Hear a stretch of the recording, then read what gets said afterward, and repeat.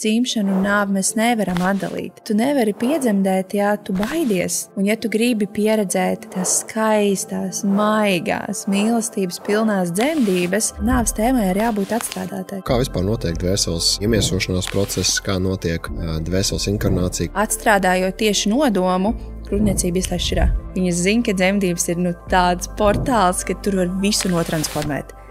Visu. Jā, kaut kur tā piedzimšana, nāve, viņa kaut kur ir, bet tas jau ar mani nenotiks. Un ja notiks, tad būs forši. Es kaut kā ar to tikšu galā. Kad viņi man uzraksta, ka viņi brauc uz slimnīcu, es jau jūtu, ka tā dvēsele caur mana kanāla aiziet prom. Es sāku šo redzēt, man likās, ka man kaut kas nav kārtībā. Ka es redzu to, ko neviens neredz, un ka man ir kaut kādas halucinācijas, un ka man ir jāiet ārstēties. Un ir cilvēki, kas arī neticēs nekad dvēseli pasaulē. Elvas Noteņa ir ķermeņa un dvēseles speciāliste un dzemdību dūla. Elvas talants ekstrasensorikā un smalkjūtībā palīdz komunicēt ar jaunajām dvēselēm pirms piedzimšanas, kā arī palīdz mierā aiziet citām. Elvas atbalsts ļauj cilvēkam sajust un atgriezt saikni ar sevi, kā arī sievietēm iegūt neaizmirstam un stiprinošu dzemdību pieredzi. Man vienmēr ir bijis bail no nāves. Man brālis nomira 8 gadu vecumā, manā klātbūtnē. Kas palīdz lietas noslēgt? Ja tu kaut vienreiz dzīvē izies cauri visam sēru procesam apzināti, tu būsi unstoppable. Tas bērns skaitās. Tas nav tā, ka tā dvēsele neskaitās. Kāpēc tas skaitās? Kāpēc tas svarīgi? Vai ja viņi nezina, ka pirms viņiem ir bijuši vēl bērni, viņiem tā nāves pieredze, viņiem tā kā velkās līdz, tā pirmā grūtniecība nav izsērota, tad tas otrs bērns, kurš ir, piemēram, fizikā, viņš jūt, ka vecāki vairāk baidās. Ka tā nāve, viņa tā kā seko visu laiku līdz, un viņam ir tās, tā kā, kas notiek? Lielākais zaudējums īstenībā, kas ir? Ja tev būtu jāraksturo tas, ko tu dari, bet tu nedrīkst teikt, kas tu esi, kā tu atbildētu?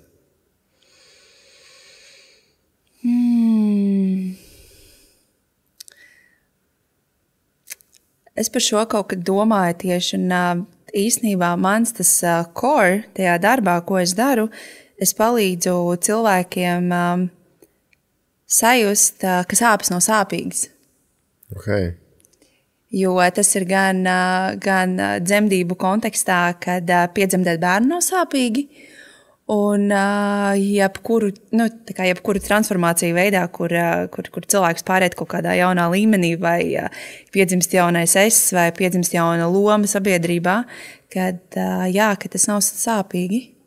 Kā tu to dabū gatavu? Cilvēki parasti asociē daudzas lietas ar sāpīgu, pa īstenībā izaugsmi parasti ir, cilvēki saka, vai no mīlestības, vai no sāpēm. Jā. Zini, kā laikam tas lielākais ir, kad es esmu izgājis pati fiziskajā ķermenī cauri tam ciklam un izspēlējusies to širā, ka man ir jau līdz kaklam piegriezies un tās atslēgas un tie vārdi, es gribētu teikt, tie kodi, viņi kaut kādā veidā ir atnākuši pie manis. Un tā spēja vienkārši, kad cilvēks atnāk tajā savā lielākajā ciešanu brīdī, kas ir, piemēram, skaists notikums, sieviete gaidībās, bet tās gaidības atver tai sievietē pilnīgi jaunas entās dimensijas vaļā. Jā, tas bija tas arī, kas ar mani notika, kad es paliku stāvoklī. Ienāk iekšā telpā cilvēks, un tas cilvēks manī atver tā kā entos failus vienkārši apziņā vaļā. Un es nezināju, kā to aizvērt, es nezināju, ko ar to darīt, ko ar to strādāt. Satiekos ar nākošo cilvēku, nākošais atver vēl kaut ko, satiekos ar vēl, atver vēl. Un līdz brīdim, kad es vienkārši kaut kādā brīdī norobežojos no visiem, jo es sapratu, es satikšu vēl vienu cilvēku, būs pakaļā. Bet tu tā kā uzņem no viņiem enerģiju, tā kā paņem viņu sajūtas, izjūtu uz sevi. Jā. Tas bija tas, kas mani atvēra pasaulē. Tas gaidības viņas man tā atslēdza vaļā. Ja es pirms tam staigāju pilnīgi, es pat gribētu teikt, ka viss ir forši, viss ir kārtībā. Jā, kaut kur tā piedzimšana, nāve, viņa kaut kur ir, bet tas jau ar mani nenotiks. Un ja notiks, tad būs forši. Es kaut kā ar to tikšu galā. Un kā tu izdomāji tad kļūt par dūlu? Par dūlu? Vai tas bija tas iemesls, kāpēc tu sāki to interesēties? Jo ejot cauri savai pieredzei, es sajūtu, ka man dzimtā nav neviena sieviete, kas man varētu tādā līmenī, kādā man vajag, man atbalstīt. Sabiedrībā, manā laukā tajā brīdī man nebija tāda sieviete. Jo zināju, ka man vajag sievieti. Un nebija. Nebija vienkārši tāda, kura tādā līmenī, tādā izpratnē, kā man vajag, viņa vienkārši nebija. Kā tev vajag? Kā tev vajadzēja? Man vajadzēja, jo es sāku redzēt gan astrālo plānu, es sāku redzēt, man šitā vienkārši iepriekšējās dzīves sāka vērties vaļā, un viņas vērās tā ļoti spēcīgi caur ķermeni. Tā kā es caur ķermeni visu izdzīvoju cauri. Un laikam vienkārši vajadzēja kādu, kas pasaka, viss ir kārtībā.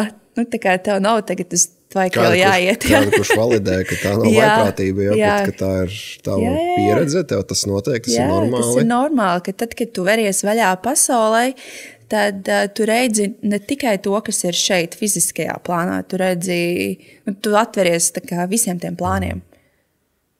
Es sanāku, kāpēc atverās šīs redzēšanas vieniem cilvēkiem atverās, citiem cilvēkiem neatverās? Un, tev atvērās tieši tāpēc, ka palika stāvoklī. Un cilvēki, daudz sievietes jau paliek stāvoklī, bet viņiem tas nenotiek. Kā tev liekas, kāpēc tev tas notika? Es domāju, tas noteikti ir saistīts ar manu vispār inkarnāciju pieredzi, ar to, kā es vispār atnācu šajien. Jo, labi, tas ir... Tu to atceries? Es atceros, jā. Es gāju, jo es ļoti ilgu laiku nevarēju palikt stāvoklī. Un es gāju meklēt tās atbildes, kā tā var būt, ka citai sievietei ir šitā, kad tām, kuras, nezinu, tur dzer un narkotikas lieto, viņām ir šitā, un man, kas veselīgi ēd, sporto, par sevi rūpējās, kurai ir ģimene, vīrs, viss ir nodrošināts, es esmu, un nekas nenotiek. Un es gāju meklēt tās atbildes. Un tad man slēdzās tās pieredzes vaļā. Tad es nonācu pie sievietes, kur man tiešā tekstā pajautāja, kāds ir tavs nodoms? Nodoms kam? Bērnam. Kāpēc tu gribi bērnu? Jā. Un ko tu atbildēji? Un tajā brīdī man bija tāds, oh, shit. Nav tīrs. Nav tīrs. Tā kā gribās, lai būtu piepildījums. Gribās, lai būtu kāds, kurš man mīl, bez nosacījuma. Jā, gribās, lai ir kāds, kuru es varu mīlēt bez nosacījuma. Un es sapratu, ka nav nemaz tīrs nodoms apakšā. Tas sanāk kaut kādā veidā no tādas kā kompensācijas. Jā.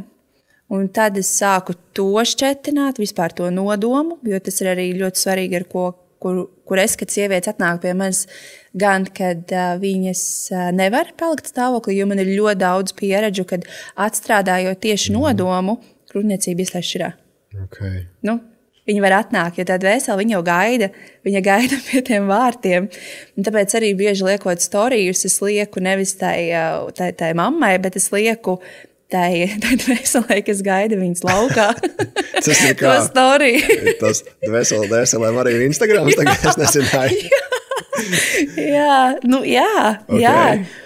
Kā tas strādā? Kāds tas funkcijas? Sieviete, viņai atverās tā jutība. Viņa sāk just, viņa vairāk sāk kaut kādiem saviem impulsiem sekot.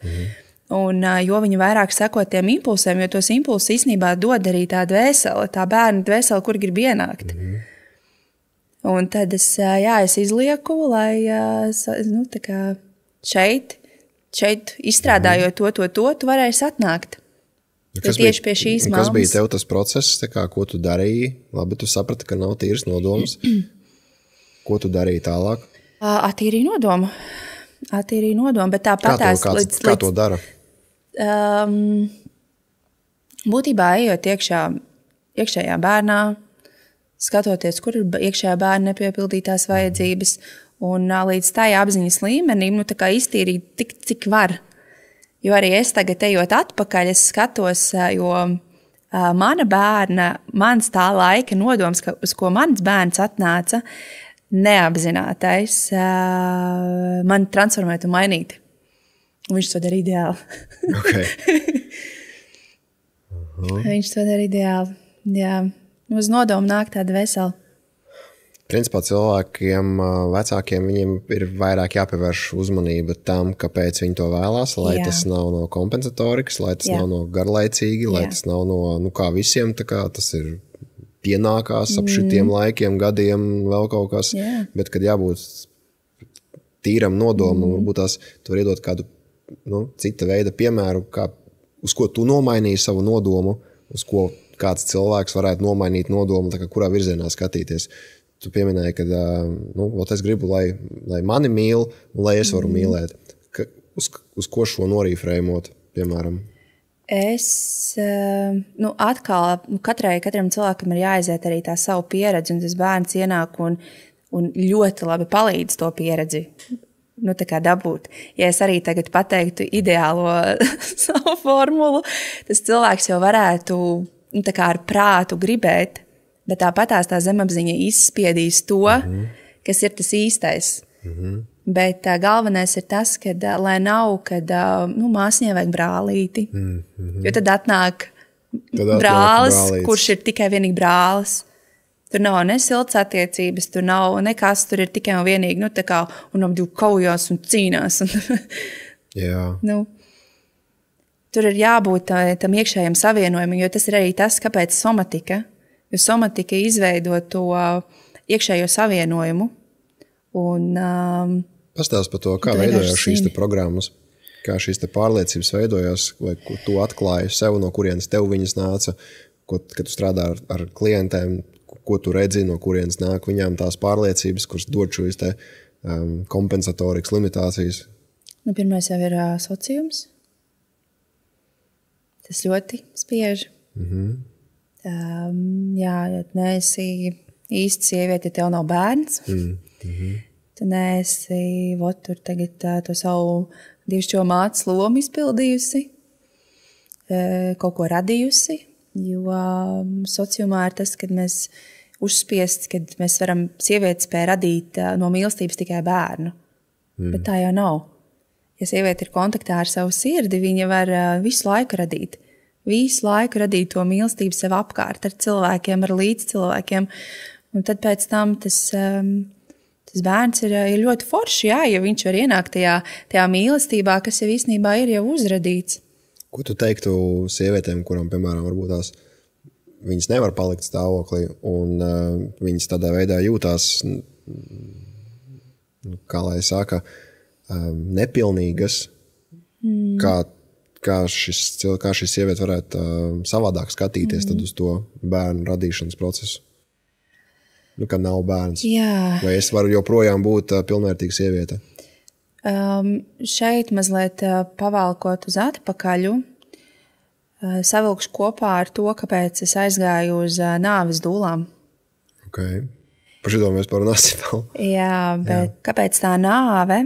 Jo bieži vien mēs kā cilvēki, vienkārši kā cilvēki, un arī īstenībā kaut kur tajā dvēseliskajā līmenī, mēs nemākam sērot. Mēs nemākam izsērot. Ļoti daudz arī tie, kas ir tajā garīgajā izaugsmē, viņi mēģina, tagad es ātri visu kanālā augšā, bet to... Visas savas programmas un limitācijas atstrādāt un pēc iespējas ātrāk atbrīvoties no visa liekā. Jā, bet nav tas saķer ar ķermeni, jo tās sēras, viņas dzīvo ķermenī. Kā sēras un izaugsmu šajā gadījumā tu redzi iet kopā tad par tom programmām runājot?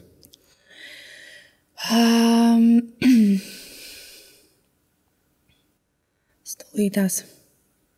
Lielākais zaudējums īstenībā, kas ir ilūzija zaudējums. Nevis tas, ka tas bērns nepiesakās, nevis tas, ka īstenībā kāds aiziet no šejienes, bet tas, ka tam cilvēkam bija uzlikta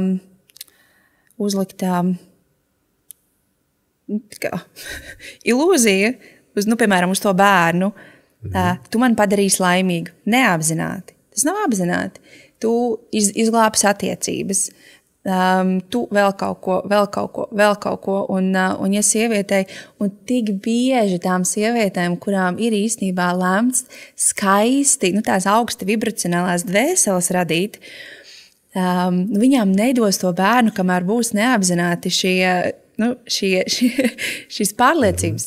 Un viņas dzīvo dziļi ķermenī īstenībā. Pavisam īsi, es zinu, ka daudz cilvēku skatās šo podcastu, bet atklāja, ka patiesībā nav mums piesakojuši kanālam. Tāpēc, ja tev šis liekas interesanti, ja tu gribi saņemt vairāk saturu par dažādām interesējošām izaugsmas tēmām, tad man tev lūgums vienkārši piesako šim kanālam un varbūt iespied laiku un varbūt pārsūt kādam cilvēkam, kuram šis arī noderētu. Ja? Tā kā vēlreiz, paldies, ka tu esi un atpakaļ pie podkāsta.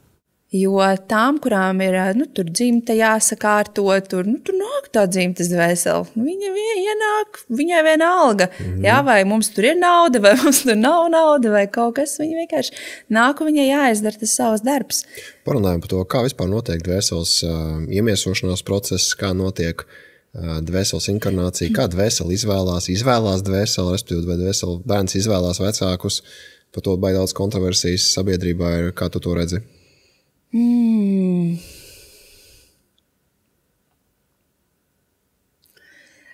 Es to redzu, jo apzinātāki mēs esam, jo īstenībā tas ceļš, viņš ir tās dvēseles, viņas iet vienotrai īstenībā pretī. Mēs no šejienes ar to savu nodomu, jo mēs ar to nodomu turam to iekšējo vibrāciju, un uz to iekšējo vibrāciju tā dvēsele var atnākt. Un tad es jūtu, ka viņas iet viena otrai pretī. Un tad bieži vien strādājot arī ar sievietēm, elpošanā, somatikā, ir arī, kurām es vispār nepieskaros, kurām es vienkārši sēžu pretī, viņi aiztais acis un jau viss notiek. Un tad var ļoti labi nolasīt, kas ir tas, kas traucē. Lai ienākt. Kas viņai traucē, šajā ķermenī, jo arī par dzemdībām, ja mums liekas, ka es tur esmu lielākais guru pasaulē un tur visu kaut ko daru, bet dzemdē jau ķermenis. Dzemdē fiziskais ķermenis. Prāts nedzemdē, gars nedzemdē, dvēsele nedzemdē, to dara fiziskais ķermenis. Ko tas nozīmē? Kāpēc tas svarīgi to saprast? To ir svarīgi saprast, jo lielāks ir mūsu kontakts ar fizisko ķermeni, jo labāk mēs sajūtam, man te kaut kas iesāpējās, man te kaut kas notiek, un mēs varam izveidot to savienojumu ar to vietu, pastīties, ko tā vieta mums nes, kas ir tā informācija, ko tā vieta mums nes, viņu vienkārši, izraudāt, palūgt piedošanu, atlaist, un līdz ar to arī, tajā dzemdību procesā, tā sieviete nav ar tādiem emocionāliem nospiedumu smagumiem. Viņa ir tāda brīva, viegla, un tas ķermenis var vienkārši darīt īstenībā to, kas viņam vienkārši ir jādara. Ja sieviete ir pieķērusies, kaut kādam aizvainojumam, kaut kādai ilūzijai par to, kādām ir jābūt dzemdībām, kā viss notiks, vai tieši otrādi ir ļoti daudz sievietes, kuras grib dzemdēt, jo viņas zina, ka dzemdības ir tāds portāls, ka tur var visu notransformēt. Visu. Pilnībā visu. Ja tu ieliec tur to sēklu iekšā, to nodomu, tur var visu dabūt gatavu. Pastāst vairāk par to. Un tāpēc ļoti daudz sievietes, viņas neapzināti iet uz to, ka viņas grib vēl arī par to nodomu, ka viņas grib vēl bērnus, lai tās savas traumas izdziedinātu. Jo viņas zina, ka ja tās dzemdības būs tur harmoniskas, foršas un mīlestības pilnas, un ja viņai izdosies to ķermenī atslābināt, tad tās traumas viņas tā kā no ķermeņa vienkārši tajā mīlestības plūsmā viņas vienkārši iziet ārā. Varbūt tā auditorijas daļai, kurai šis interesēs, bet varbūt iepriekš viņi nav saskārušies ar transformācijas procesiem, zemapziņas programmu transformāciju, iekšā bērnu dziedināšanu, tikai tagad vispār sāk interesēties. Kas ir tas, kā tu aprakstītu, tad kāda ir korelācija starp to, kāda ir, piemēram, mammai vai vecākiem, kāds ir viņiem programmas, pārliecības, uzskati, emocijas, un kā tas ietekmē, piemēram, gaidību procesu vai ieņemšanas procesu, gaidības procesu? Tas ļoti ietekmē. Es pat nevaru vienkārši, tas 1:1 ietekmē. Aiziet vienkārši runā ārā vienkārši visu. Tas 1:1 ietekmē, jo viens ir tas, ka tava dzimšana, kā tu esi ienācis, ietekmē. Jo tu neapzināti paņem to, ka, ja mana mamma varēja mani piedzemdēt, tad es arī varu. Ja mana mamma mani nevarēja piedzemdēt, tad manī kaut kas ir tāds, ka es arī to nevaru izdarīt. Kā tas būtu, nevarēja piedzemdēt, es jau piedzimu? Tad... Jā, vai nezinu, ar ķeizargriezienu, vai dzemdības bija smagas, grūtas, vai nebija atbalsts, vai nebija vēl kaut kas, kas tur, vai personāls bija riebīgs un neiejūtīgs, un, es nezinu, tur sazāļoja, vai neviens nepievērs uzmanību. Un, jo tas ir arī vienmēr tas, kad sieviete atnāk pie manis, es viņai prasu, kāds ir viņas piedzimšanas stāsts. Kā viņa piedzima, kā viņas māsa piedzima, kā brāļi piedzima. Tas arī ļoti, ļoti, ļoti ietekmē. Piemēram, kādas kopsakarības tu redzi? Kā tas ietekmē bērnu pēc tam, piemēram? Kā ķeizargrieziens ietekmē, kā grūtas dzemdības ietekmē? Parunā par kādiem piemēriem, kas tev no prakses ir bijis. Zini kā, man tie piemēri ir tādi, ka, ja tā sieviete atnāk, tad viņa ir diezgan gatava jau strādāt. Un viņa zina to savu iekšējo mērķi vai ko viņa grib. Viņa grib, piemēram, tiešām es gribu pati pieredzēt savu sievišķo spēku, atbalstu, un es gribu pati piedzemdēt savu bērnu. Un tad mēs vienkārši ejam uz to. Un tad skatāmies, kas ir tās programmas, kas traucē to pieredzēt. Bet ir man bijusi viena pieredze, kur es ar sievieti ļoti, ļoti strādāju, bet tas bija tik interesanti, kad tā meitiņa viņai bija, viņa gribēja ar ķeizaru piedzimt. Tā kā pats bērns? Pats bērns, jā, viņa gribēja. Bērns tipiski tā kā grib piedzimt dabīgi, parasti? Dabīgā veidā vai... Zini kā, tas atkal ir jāskatās no tā dvēseles skatu punkti, kas ir tas, ko tas bērns grib pieredzēt savā dzīvē. Kāpēc, lai viņi gribētu ar ķeizaru piedzimt? Toreiz es gāju un skatījos, un mēs pat tajā dzemdību procesā, viņi saka, jā, man ir baila, mēs ejam bailēs iekšā, mēs viņas rīfreimojam, tur dzemdību laikā uz vietas visu daram. Un viņi saka, bet es esmu gatava. Tā kā cit nost, es esmu gatava to bērnu piedzemdēt. Tās bailes ir, bet mēs viņus atrodam un dabūjam to mīlestības plūsmu un viss aiziet. Un es domāju, labi, apsēžos, savienojos. Un man atnāk un saka, pēc stundas būs ķeizars. Man atliek vienīgi pieņemt. Un kāpēc? Tā informācija nenāca, jā? Kāpēc tā ir tā? Nē, kāpēc? Nav nejausmas, bet tā ir arī par tādu ļoti lielu cieņu un mīlestību tām dvēselēm, kuras nāk, jo viņas jau nāk uz to pieredzi. Jā, lai arī kā mēs gribētu. Kāda būtu potenciāli tā pieredze, kāpēc tā dvēsele grib atnākt tādā vai savādākā veidā? Ko viņas ar to iegūst? Es uzreiz domāju, kādas ir tās ķeizargrieziena, tās programmas uzreiz iekšā. Jā, kad mani visu laiku palīdz, kad mani izceļ, mani padod, kad man visu laiku ir kāds, kas mani visu laiku izdara. Kā apkalpošos personāls. Jā, un tāpēc tas ir ķeizargrieziens. Ķeizars dzimst, kuru apkalpo. Kurienes tas vārds vispār ir radies? Zini kā, es nezinu, vai tā ir taisnība, bet pats pirmais... Jo man šo dūlu skolā stāstīja. Pirmais, kurš piedzima ar ķeizargriezienu, bija viens no šiem, es pat nemālu, Jūlijas Cēzars. Kaut kas tāds. Viņu pirmo dzemdības gāja grūti, izcēla ārā. Man liekas, tā procedūra jau agrākos laikos viņi ļoti bīstam. Jā. Tur bija tā, ka vai nu bērns izdzīvo, vai mamma izdzīvo. Jā. Tad sanāk, tos procesus var izstrādāt tikai pašā dzimšanas laikā jau, ka bērns nāk, vai tu strādā ar to sievieti iepriekš jau? Iepriekš. Jo es esmu par to, ka tas sievietē jājūtās ļoti droši. Sievietē ne, ķermenim. Izved varbūt tās tipiski caur tādam gadījumam. Sieviete pie tevis atnāk, un viņa tipiski saka, varbūt, vai viņa ir stāvoklī, vai plāno, atkarībā no tās no izējas pozīcijām. Kas notiek tālāk? Kā tu šo sievieti ved cauri tam procesam? Pēdējā laikā man nāk arī ļoti daudz sievietes, kuras ir zaudējušas bērnus. 8., 9., 12., 21. Nedēļa. Piedzimstot.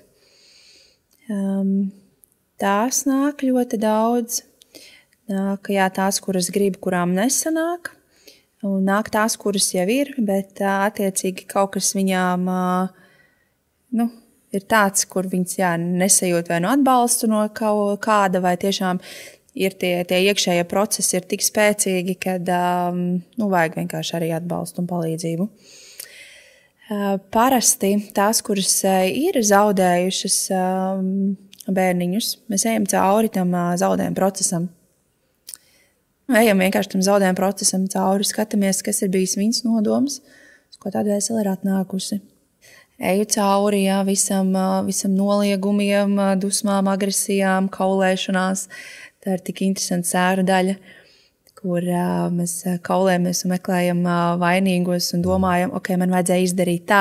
Nē, man nevajadzēja partnerim toreiz atļaut to darīt. Ja es būtu izdarījusi tā, tad viss būtu bijis kārtībā. Ja? Mēs dzīvojam laiku atpakaļ tajā situācijā un mēģinam īstenībā jau neapzināti to situāciju rīfreimot. Tikai mēs tur iesprūstam tajā modelī iekšā. Un tad vienkārši to palīdzību tai sievietei, vienkārši to situāciju tā kā izrisināt. Norīfreimot, palīdzēt. Kāds atrisina šo zaudējumu? Kas ir tas, kas palīdz saprast? Un tas ir tas, kur man nāca tā nāve klāt, jo es sapratu, tas man arī bija ar vienu man draudzeni. Viņa izvēlējās man kā dūlu, viņam mazākā vecumā, man liekas, 7., 8. nedēļa, viņa zaudēja bērniņu. Un es tajā brīdī, kad viņa man uzraksta, ka viņa brauc uz slimnīcu, es jau jūtu, ka tāda dvēsele caur manu kanālu aiziet prom. Un es viņai neko nesaku, es viņu vienkārši atbalstu, jo viņa jau vēl cer, kad izglābs un ka viss būs labi. Un tas bija tas brīdis, kur es sapratu, ka man jāmācās abas puses. Kad es nevaru mācīties tikai un vienīgi par piedzimšanu, kad man ir jāmācās arī otra puse, jāizprot otras puses noteikumi, jāiepazīst otras puses sistēma, jāiepazīst otras puses fiziskais plāns, otras puses emocionāls, mentālais, astrālais, dievišķais. Visi tie plāni man ir, ka man viņi ir jāizpēta, jo saskaroties ar tiem dzīvības un nāves vārtiem, ienākšanas, aiziešanas vārti, es viņus redzu kā vienus.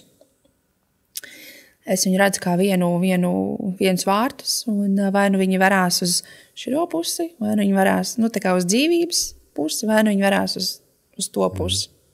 Uz matricas pusi vai uz debesu pusi. Kas to nosaka? Kas ir tā motivācija?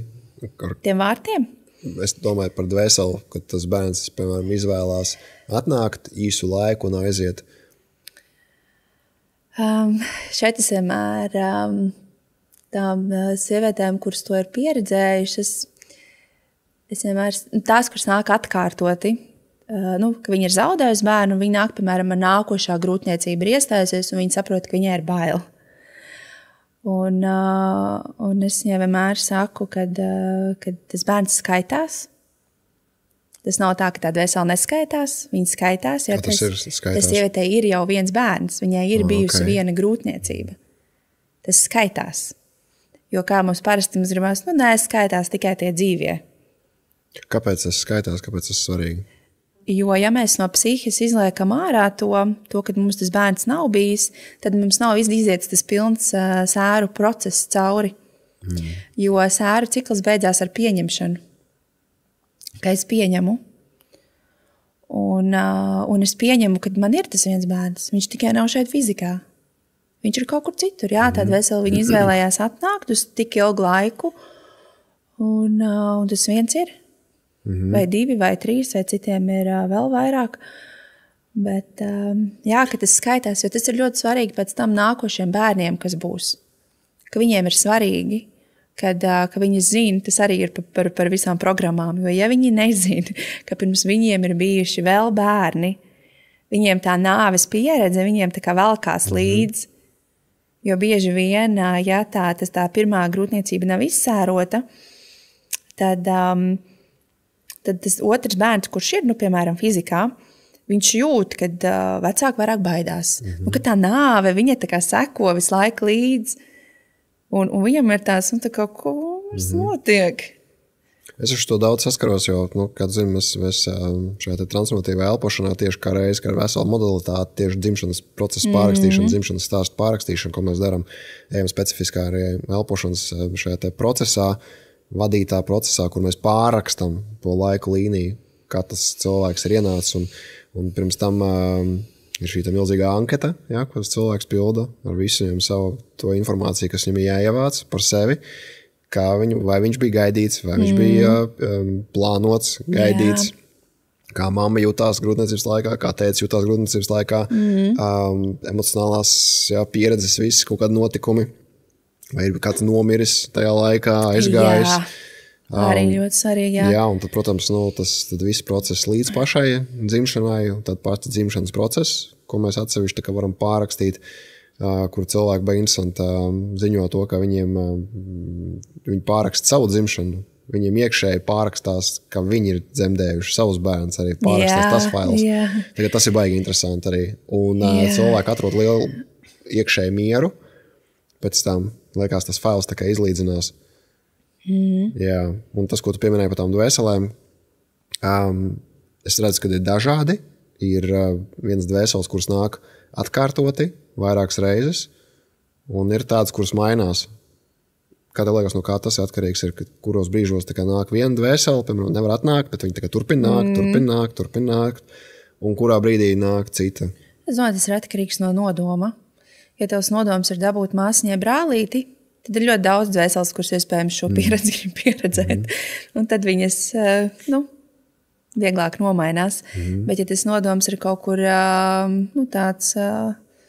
tāds konkrētāks, un iespējams tas līgums ir tieši ar to dvēseli, ka tieši tā var izpildīt to uzdevumu, un ka tā ķermeņa gatavība vai, psihiska gatavība vai emocionālā gatavība vai vienalga kaut kāda veida gatavība tajā brīdī nav vēl, tad viņa nāk, viņa klauvēs, kamēr tā gatavība būs. Un to, kā notiek tas atbalsts gaidību procesā, kā tu palīdzi tai sievietei transformēt tās limitējošās programmas? Tu izmanto, tu esi somatikas speciālists arī, elpošanas speciālists, ko tu izmanto, ar ko tu strādā? Tas ir ļoti atkarīgs no tās pašas sievietes. Ja viņa jau pirms tam ir elpojusi, tad... Elpojas domāts šeit transformatīvā elpošana. Jā. Mēs tā sarunu valodā mums jau ir tā kā saprotams. Bet, ja viņa pirms tam ir transformatīvu elpošanu praktizējusi, tad mēs ņemam to, jo tas viņai ir tāds pazīstams un foršs un ierasts. Bet, protams, tad, kad jau puņas ir liels un bērns jau ir liels, tad viņai caur masāžu. Viņa guļ uz sāna. Tu esi arī certificēta masīva. Jā.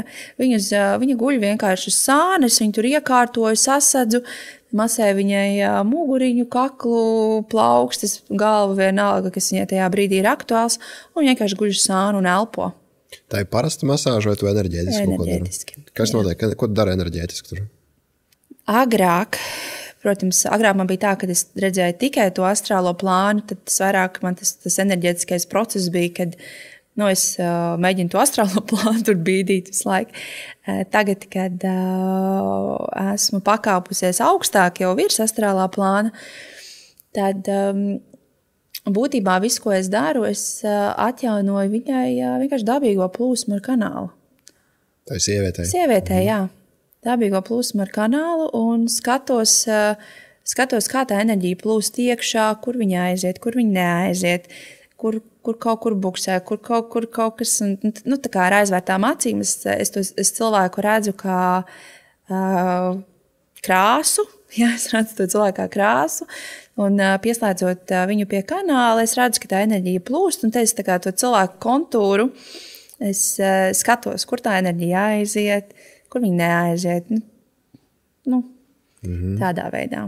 Un tad tur, kur neaiziet, es sākumā mēģinu to vietu masēt, dabūt tīri fizikā. Tur vietu ārā, lai tur aiziet tā plūsma. Un, ja neaiziet tā plūsma izmasējot, tad attiecīgi tur ir kaut kas dziļāks. Emocija, trauma, kaut kas. Kā tu to dabūji laukā?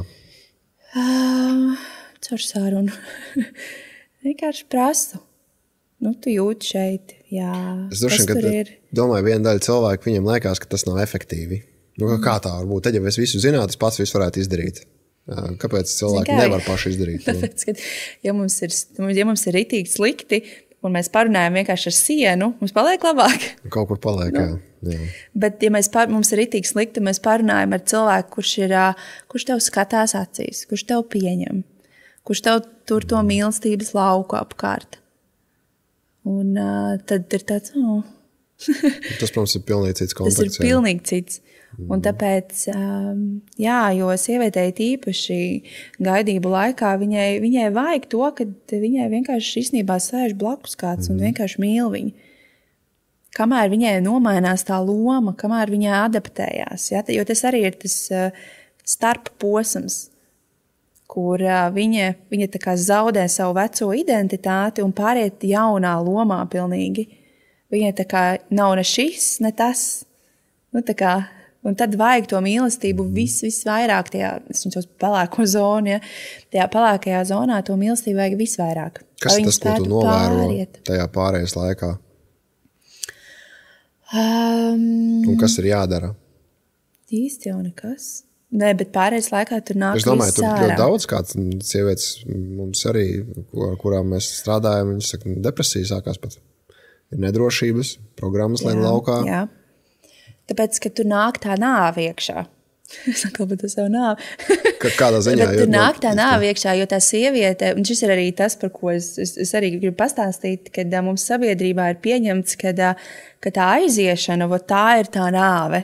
Tas ir tas sliktais. Kā bioloģiskais. Jā, bioloģiskā nomiršana. Bet īstenībā mums sabiedrībā ir ietērpts kāzas. Jā? Sieviete baltā kleitā. Ļoti skaists process. Enerģētiski, kas notiek, vecā viņa mirst. Tās ir bēres, nevis kaut kas īstenībā priecīgs, bet tas īstenībā ir sievietes bēres. Šito neapzināt cilvēks tev heits te rakstīs.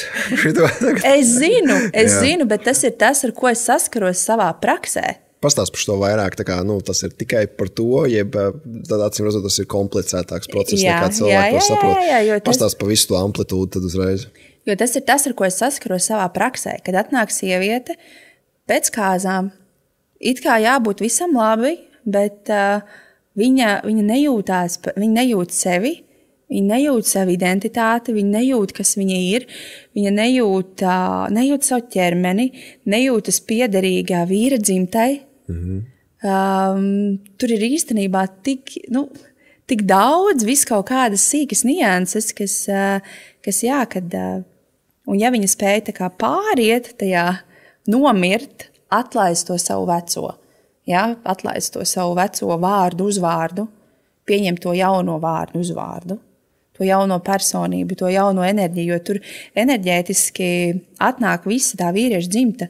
Viņas dzimta paliek vairāk kā tādā foniņā. Ja tev mūs vajag, tu mūs pazvani, ja? Bet tā primārās dzimtas lietas ies caur viņu. Jo arī tas bija tas, ar ko es pati saskāros. Es to tik skaidri neteiktu, ja es to pat nesaskartos. Es jau arī teicu, nākošo reizi, kad es precēšos, vispirms būs bēres.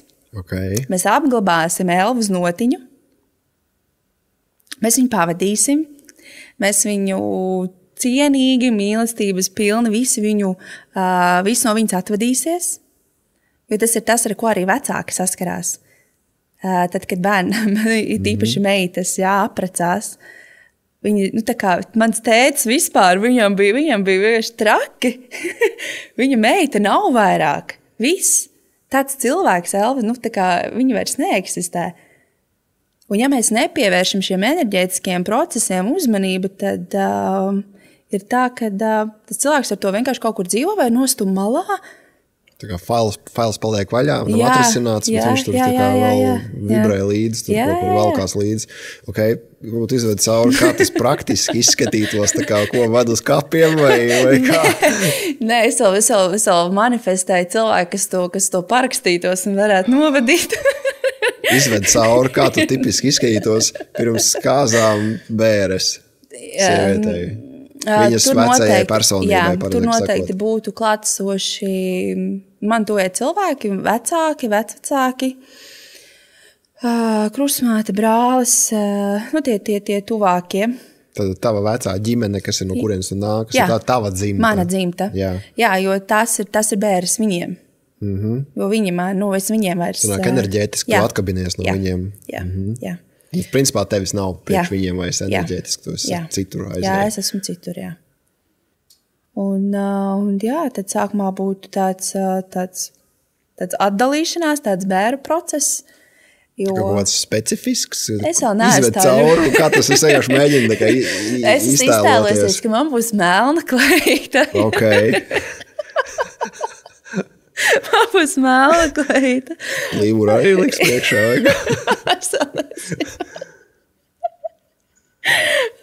Bet man ir pirmais, ko es vispār gribu saprast, kurš redz tāpat kā es, un kurš būtu gatavs kaut ko tādu novadīt. Jo tur vajag arī augstu frekvenču pārstāvi, kas to visu vada, protams, jo tas nav tā kā ķep. Un, bet tāds atvadu process, un tā, lai mani vecāki var no manis atvadīties. Un tas ir vēl viens, par ko es tā kā vēl tālāk, es vispār eju uz to apzināto nāves plānu.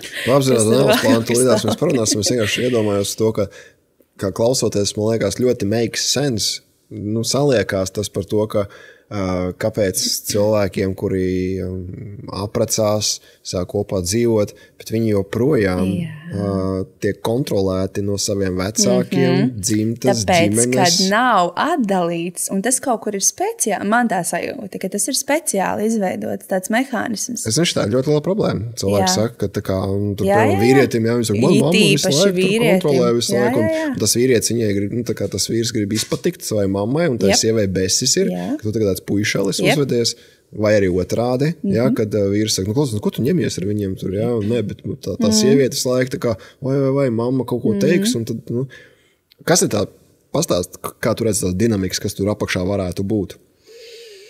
Nav atdalīšanās, bet vai tas ir tieši par šo tā atdalīšanās procesu, kas ir pirms kāzām, vai tur ir vēl dziļāks iekšējā bērna stāsts, dzimšanas stāsts? Tur gan jau, ka viss iet kopā, gan iekšējais bērns, gan, ja nav, nezinu, vīrietim tā iekšējā, tā kā es gribu šo sievieti precēt, un es viņu ņēmu, visos plānos tā kā pie sevis, es viņu ņēmu pie sevis, un kā tas ir? Es viņu paņemu pie sevis, viņai būtu jātur tā kā mans pavards, enerģētiski, viņai būtu jātur mans, viņa vēl uztur savu tēti, nezinu, tur krustēvu, bijušo boyfriendu, vēl kaut kādu, tā kā vēl tur veselu parādi. Un tad tā enerģija, viņa ir sadalīta, un tad ir tā, kad nav kaut kur tā vienotības sajūta arī kaut kur vienam ar otru, jo tā enerģija viņa neaiziet tam vienam cilvēkam. It kā mēs aprecamies, mēs solam viens otram, es ar tevi, līdz pēdējai elpai, bet fizikā, enerģētiski. Enerģētiski vēl stāv vārtu vaļā, varbūt tās ar iepriekšējām attiecībām, un tas ir tas, ka tur nav aizvērts, un tas tā kā fonē visu laiku cauri. Un tas nav tikai attiecības kaut kur ar partneriem, kas ir bijuši, bet tiešām ar dzimtu, ar ģimeni. Jā. Tev ir kaut kāds process, kā tu palīdzi sievietei atkabināties tajā brīdī, vai tu to redzi tajā procesā, kad viņa, piemēram, ir pie tevis gaidībās, kad tu viņu dūlo, vai tas arī ir kaut kas, ar ko tu strādā, vai pastāst par šo? Noteikti ar mammu. Ar mammu, jā. Kāpēc tas ir svarīgi? Tāpēc, kad, es to redzu, kad arī īstenībā tad, kad bērniņi nevar ienākt dzimtai, ir jābūt, kā mēs ar sejām esam šitā. Dzimta mums ir aiz muguras. Bet ļoti bieži, ja tā saikne viņa ir tā toksiska, enerģētiskā saikne, un mēs to enerģiju nevis dodam uz priekšu, bet dodam uz atpakaļu, dodam mammai, viņai grūti, man viņai jāpalīdz, man vēl kaut kas. Un mēs to enerģiju nevis, mums katram ir, ja mums nav attīstīts enerģētiskais kanāls, mums ir iedots, tik, cik mums ir iedots. Un tad tā enerģija mums ir tik, cik viņa mums ir. Un tas bērns, kurš grib ienākt, viņš zina, ka viņam nepietiks. Jo tā sieviete uztur vēl mammu, vēl omi, vēl tur visu pārējo ciemu. Visu taboru vēl. Jā, un iespējams, ka viņa uztur vēl tur draudzenes vai vēl kaut ko viņa uztur ar savu enerģiju. Un līdz ar to bērns nevar tā kā inkarnēties, jo nepietiks mīlestības viņam. Nepietiks, jā. Enerģija ir mīlestība, man izpratnē tas pats. Jā. Un tad ļoti bieži tās saiknes mēs skatāmies, es viņai dodu izpratni, kāds enerģētiski strādā. Un tad viņi griežās uz priekšu, nē, es došu uz priekšu. Un tas ir tik, un kā tie brīnumi notiek, tas ir tik fantastiski. Kas notiek? Kad man bija es strādāju pāri ar abiem diviem, es strādāju gan ar vīrieti, gan ar sievieti. Pāris nevar palikt 3 gadu stāvoklī, bet abiem diviem viss ir fizikā, kārtībā. Nekas nekaiš, viss ir super, tā kā viss ir kārtībā. Un, vīrietim bija, man liekas, viņam bija vairāk sesijas. Tur vīrietim bija vairāk jāpastrādā, bet sievietei 3 sesijas, un viņas palika stāvoklī. Jā. Tikai tāpēc, ka viņi atbrīvoja, vienkārši pagriez enerģijas, nevis lai barotu savu dzimtu, bet lai barotu savu nākotni. Tā kā nevis pagātni, bet nākotni. Jā, un tas par tām bērēm pirms kāzām. Jā, tas pilnīgi makes sense. Īstenībā, tā nebija tā paskatījies, bet tas pilnībā saliekās. Tas vairāk tāds kā tāda kā procesija, kā tāds rituāls, lai pabeigtu procesus. Jā. Un es jūtu un ticu, kad agrāk tā ir bijis. Jā, savā veidā tās izvadīšanas jau visas gāja kopā ļoti, es teiktu, viedi. Ja? Un parasti jau vienmēr, vismaz, kur mēs varam runāt no baltu kultūrām, vienmēr jau bija klāt arī zinātāji, respektīvi sauks viņu pa zintniekiem, dziedniekiem, viediem, vai tur krīvu laikos, respektīvi bija kāds, kurš ir tēmā, orākuls citās kultūrās, kurš tā kā redzēja šo plānu un varēja pavadīt. Un tie tempi bija dzīves tempi, protams, daudz lēnāk nekā mums tagad. Tas viss notika ļoti organiski, ļoti harmoniski. Kad ir gatavs, tad tiek spērts tas solis un uz to gatavo. Tas ir psiholoģiski, mentāls. Tad arī paspēja, manuprāt, psihe paspēja tikt līdzi. Bet mums ir, man liekas, ka ļoti daudz izaicinājumu ar to, ka ir tik daudz tie uzmanības novērsēji, distractions pasaulē ar visu kaut kādiem notikumiem. Mums tik daudz jāapspēj, ka liekas, pa kuru laiku, lai es tev vēl atkabinos. Ka patiesībā tas ir pats svarīgākais, vai ne? Tajā visā procesā. Kāda ir atšķirības starp dūlu un vecmāti? Likumā. Tā? Likumā dūla ir emocionāls, fizisks, informatīvs atbalsts sievietei. Emocionāls, fizisks, informatīvs atbalsts. Dūla ir vairāk orientēta uz sievieti, uz sievietes vajadzībām, uz visu, kas ir par sievieti. Vecmāte vairāk, viņa skatās bērnu. Viņa čeko vai tur aug labi, vai tur šitas notiek, vai tur atbilst tur nedēļai, vai viss saistībā ar to. Protams, arī mammas veselība, bet vairāk par to bērnu ir tas fokus.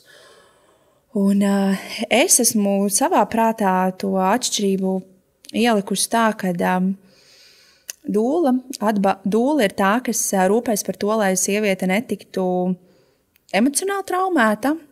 Un vecmāte atkal uztraucās par to dzīvību. Lai tas bērns ir dzīvs. Viņas uzdevums, lai tas bērns ir dzīvs. Mans uzdevums, lai tā sievietes psihi ir vesela. Man liekas, ka varētu kaut kā baigi ideāli salikt tos abus kopā, vai ne? Kad tas jau, mēs redzam, ka ļoti liels pētījumu skaits, īpaši pēc 2020. gada, kas Amerikā pateicoties vairāk ir, kur, manuprāt, jau diezgan skaidri un gaiši norāda to, kā dzimšanas process ietekmē psihes attīstību, bērna attīstību, spēju noturēt uzmanību, visus šos deficīta sindromus, kurus, man liekas, tagad jau nezinu, cik jau uzskaitīt ir, ko man liekas izdomā katru dienu jaunu kaut kādu, kur ļoti daudz informācijas jau patiesībā bija kopš 80. gadiem. Turpat doktors Leboyers, kas sāka runāt, viņš 10 000 dzemdības pieņēmis, ķirurgs, kur viņš sāka redzēt kopsakarības ar to, kā bērns dzimst. Dzimšana bez vardarbības. Bija latviski, man liekas, apgāds līna. Bija, bet arī angliski ir šī Birth Without Violence, Dr. Frederick Leboyer, doktors Tomas Svernijs, doktors Bruce Liptons, kur vairāk no epiģenētiskās perspektīvas runāja par to, ka mēs pārāk daudz veltam uzmanību savam tam stāvoklim, ka man ir tā, bet neuzdodam to jautājumu, kāpēc man līdz turienei nonāca, ka mans ķermenis man jau ir savā veidā un tā kā mutējies līdz tam aizgājis, kad vide ļoti spēcīgi nosaka, tad vide, kas ir informatīvā vide, kas ir informatīvā vide, enerģija, tad informācija emocionālā formā, doma formā, pārliecība formā, fiziskajā vidē, kurā atrodas, vai ne? Bioķīmiskā forma, tā skaitā uzturs, ūdens, gaiss, kas ietekmē caur neirotransmiteriem, tiek nodots bērnam, un bērns principā tajā vidē veidojās no tā, ko māte pieredz. Mēs pat neesam piedzimuši vēl, bet mūsu programma jau ir ielikta. Jā. Un ja mamma, piemēram, neatdala savu dzimtu, tad tādā veidā tā dzimtas programma turpinās. Un mēs šito redzam transformācijas kursa 2. līmenī, kur mums ir 2 nedēļas tieši, viena ir dzimta un dzimšana, kur mēs strādājam mērķtiecīgi ar to, kur arī tieši, ko tu darīji arī, kad mēs gaismojam tos dzimtas kanālus un mērķtiecīgi skatāmies tā, no kura dzimtas locekļa, kāda programma nāk, un tieši ar viņu strādājam, refrēmojam, transformējam, atlaižam, palaižam, tā kā izlīdzinām to visu, lai atkabinātos no visām tām limitējošām programmām un atstātu tikai atbalstošās, jo dzimta ir fantastisks atbalsts, ja viņa palīdz, ja tur nāk pozitīvais, ja tur nāk iedvesma, nāk mīlestība, nāk talanti, var nākt pārticība ļoti spēcīga, vai nabadzība, kā mēs redzam, tur izsūtījumu bailes. Katrā kursā 50% cilvēku saskarās ar izsūtījumu bailēm, jo viņiem senčiem ir bijuši riski, kad, ja es būšu turīgs, mani izsūtīs, respektīvi, es būšu pamanīts, tad būs slikti.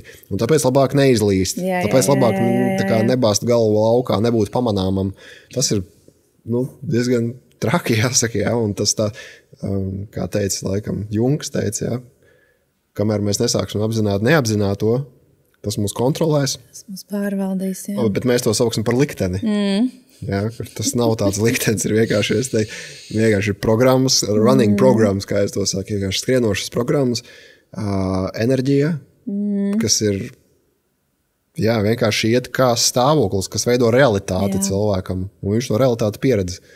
Un realitāti var mainīt tikai, ja mēs izmainām savu iekšējo stāvokli, emocijas, pārliecības, rīcību. Kā cilvēks aizdomājas līdz nāves dūles profesijai? Es tā vienkārši iedomājos. Kas ir tas, kā tu vienā brīdī saproti, ideja laba. Zin kā, tas pirmais, man vienmēr ir bijis bail no nāves. Vienmēr. Tik, cik es sevi atceros, man vienmēr ir bijis bail. Bet bail, tāpēc ka man brālis nomira 8 gadu vecumā. Manā klātbūtnē. Viņš bija jaunāks, vecāks? Jaunāks. Man bija 16, viņam bija 8. 7, 8 kaut kas tāds.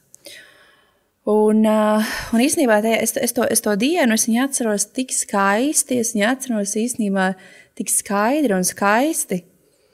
Bet tas, kas manī atstāja ļoti liels nospiedošs pēdas, bija tas, kas notika apkārt. Viss tas haoss, kas tajā brīdī notika apkārt. Jo es sevi kā bērnu atceros, es sēdēju tur zālītē, es atceros par mani tur kaut kāds zirneklīts rāpoja, taurenīšus es tur redzēju. Nu, tā bērnības atmiņa, viņa tāda ļoti skaista īstenībā par to pašu brīdi, kad tas notika. Bet es arī tagad patinot filmas atpakaļ, es jau tajā brīdī, jo man brāl aizved uz slimnīcu, un es jau tajā brīdī jūtu, ka viņš vairs nav. Kad viņš caur mani jau aizgāja. Un jā, bet tas, kas manī kā bērnā atstāja ļoti liels nospiedumus, bija tas viss, kas notika apkārt. Tās bailes, tās dzimtas bailes par to visu procesu. Un kā tam gāja cauri? Zini kā, tajā brīdī nekā. Jā. Nekā. Spēj iedomāties, jā. Tu vienkārši dzīvo tālāk, bet tas man viss sāka nākt uz augšu, tad, kad es gribēju palikt stāvoklī. Kā tev tas savilkās? Tad, kad es domāju par bērna piedzimšanu, es sapratu, ja viņš var atnākt, viņš var aiziet. Un ir sajūta, ka nāve ir kaut kas, ko mēs nekontrolējam. Jā. Ka tas ir kaut kas tāds, kad viņš atnāk un viņš var arī aiziet. Un tas tādas lielas bailes visu laiku manī nes iekšā. Vai tā ir? Ka mēs nekontrolējam?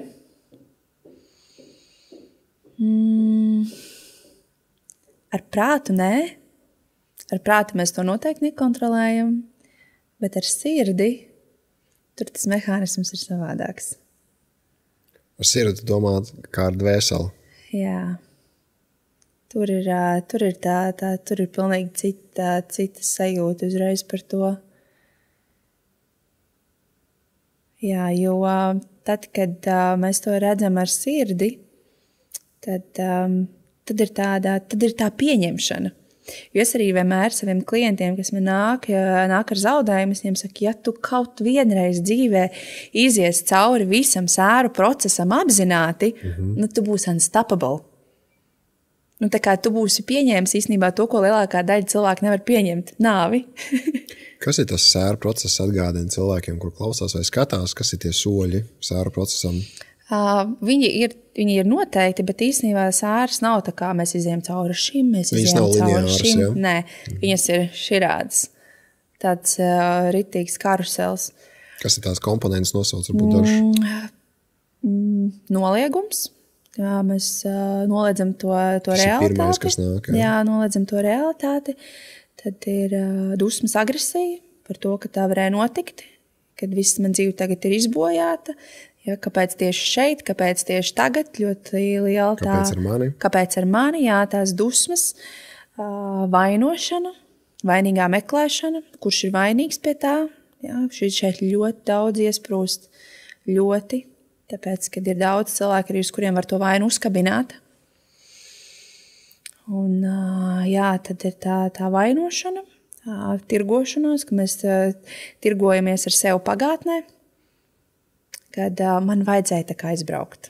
Jā, vajadzēja parunāt, vajadzēja piezvanīt, vajadzēja izdarīt šito, nevajadzēja sīvētēm bieži, nevajadzēja man to smago somu nest, vai man bija sajūta, ka man jāpaliek mājās tajā dienā. Kāpēc es sev neklausīju? Viss šis tās tirgošanās, tā ir vienkārši daļa no procesa. Un ja es kā cilvēks, kurš tā kā redz tam mēnes atnāk cilvēks, kurš iet tam procesam cauri, es tagad neeju iekšā tajā stāstā un nerīfrēmoju tur to vainas sajūtu vai vēl kaut ko. Es tā kā redzu to kopējo bildi un es tā kā izzūmojos ārā no tā cilvēka, no viņa viņa sēru burbuļa ārā un būtībā viss, kas tam cilvēkam ir vajadzīgs, vienkārši, lai viņu pieņem. Lai viņa tā brīža izpausmes pieņem. Kurā brīdī noteikti tā ir sēru procesā šī pieņemšana? Kad beidz tirgoties?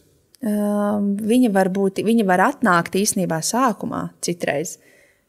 Tev liekas, ka tu esi pieņēmis, bet tad tas iekiko atkal. Tā kā nākošais, viņš nav... Viņš notiek vairākos līmeņos. Viņš ir vairākos līmeņos un bieži vien izejot cauri svētkiem, kad parasti mēs atceramies par to cilvēku.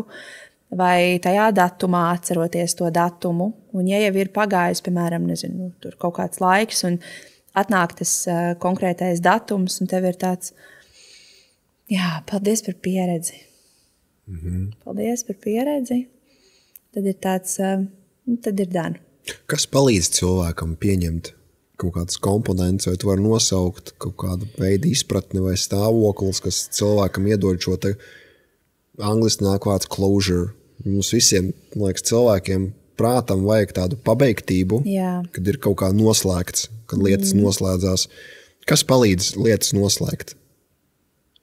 Es domāju, ka pieņem. Tas, ka tev vienkārši ir blakus cilvēks, kurš tur tev to, kā tajā brīdī, kad tas cilvēks ir iekšā tajā, viņam vispār nelēja, viņam liekas, ka es nekad mūžā to nevarēšu pieņemt. Bet ja tev ārpusē ir cilvēks, kurš tur pieņemšanu tev tajā brīdī, tu tā kā, man liekas, enerģētiski ir tā sajūta, ka tu, lai arī kur tu tur kārpītos cauri tām savām lietām, ka tu zini, ka kur tur ir tas gaismas stars un es uz turienu eju. Vai varētu teikt, ka tas principā tiek iedota cita perspektīva tam cilvēkam? Iespējams, jā. Un tas arī ir tas, ko es kaut kur pieredzu, kad arī no sevis un no savām kolēģiem, kuras vairāk praktizē tieši to klātesamību un nāves procesos, viss kā viens saka, ka neviens nenomirs neticīgs. Tas ir kā? Kad ir tas, ja mums liekas, mēs šeit esam fizikā tikai. Un tie, kas ir uz tās nāves gultas, viņi jau sāk redzēt. Viņi jau redz to pārēju, viņiem nāk tur pretī tās omas vai tēti vai mammas, viņiem jau nāk un viņi to sāk redzēt. Un tad ir tā, ka tā ticība iespējams tam augstākajam plānam vai, nezinu, citām dimensijām vai vienalga dvēseļu pasaulē, fizikā varbūt viņa nav bijusi tik spēcīga. Jo bieži vien arī man pašā sākumā, kad es sāku šo redzēt, man likās, ka man kaut kas nav kārtībā. Ka es redzu to, ko neviens neredz, un ka man ir kaut kādas halucinācijas, un ka man ir jāiet ārstēties. Kā tam tika pāri? Mani vecāki. Man ir tik fani, es esmu uzradījusi. Viņi tādi nav bijuši, viņi tādi ir tagad kopš manas izaugsmes. Okay. Man ir tik fantastiski vecāki.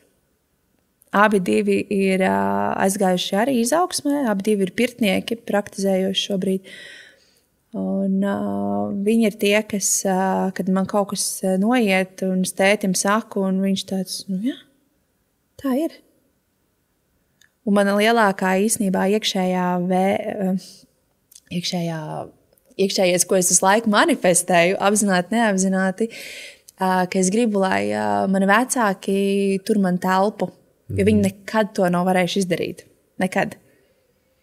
Tētis nevarēja man noturēt, jo mēr, ka man kaut kas notika, viņam bija tāds, čau, es eju prom, es eju savu garāžu, krāsot mašīnas. Kas bija tas, kas notika, ko tu izpaudies? Un, kā bērns jau, vienkārši, kuram pusauds vai, visa tā brāļa nāve un viss, kas tur notika, visiem bija pa daudz, protams.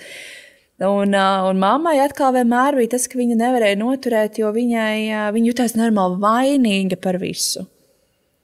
Mani kaut kas notiek, es tur dusmojos, viņai ieslēdzās vaina, un viņa nevar mani noturēt.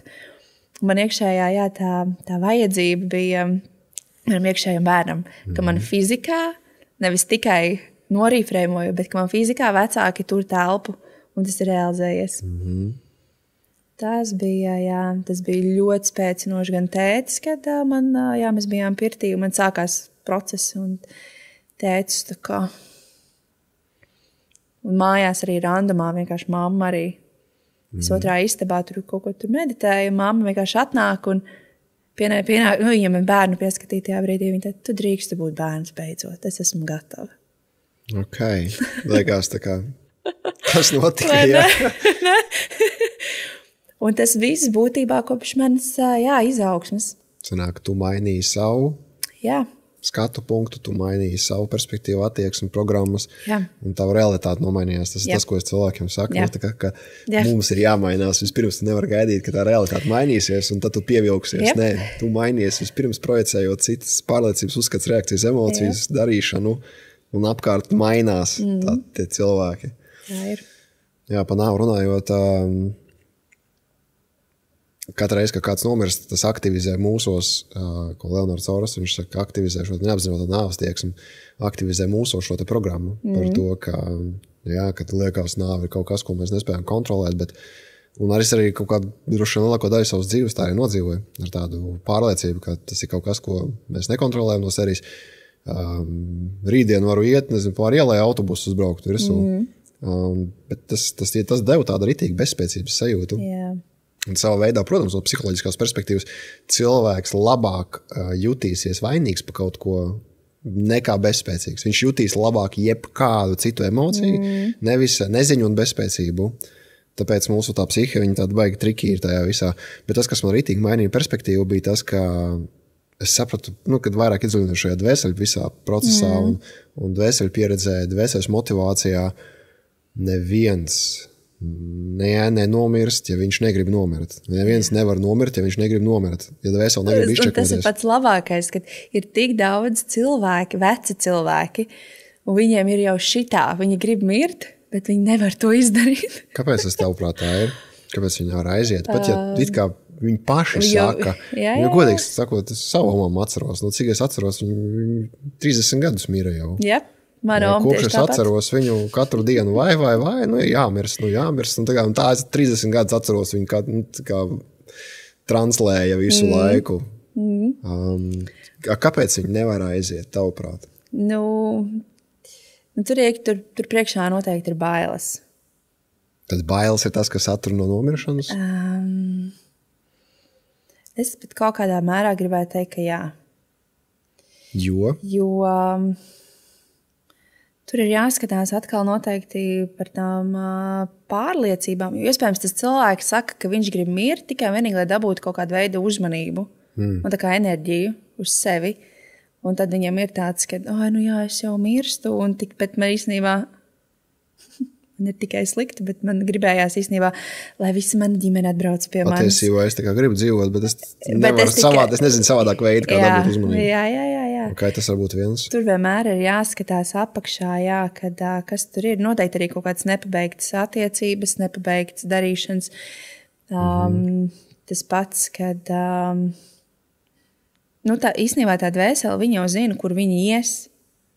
Un ļoti iespējams, viņi negrib iet. Kur viņi potenciāli varētu iet, kur viņi negrib? Nav izdarīts tas uzdevums. Nav izdarīts tas uzdevums. Un tad tāpēc viņi nečekojās ārā. Jo zin, kad... Kā ir ar to, ka, piemēram, tai dvēselē būtu vieglāk izčekoties un sākt no sākuma? Kā tas ir? Jā, noteikti, ka jā. Bet tur atkal ir tas fiziskais ķermenis. Atkal jādzimst, atkal dzimšanas trauma, bērnības trauma. Jo tā vibrācija, uz kur nomirs, izies ārā, būs zema. Visticamāk, būs tad arī sliktā ģimenē atpakaļ. Jā, tur, un, kā sliktā, atbilstoša vibrācijas ģimenē. Kur tu pabeidz, tur tu sāc atkal sanāk.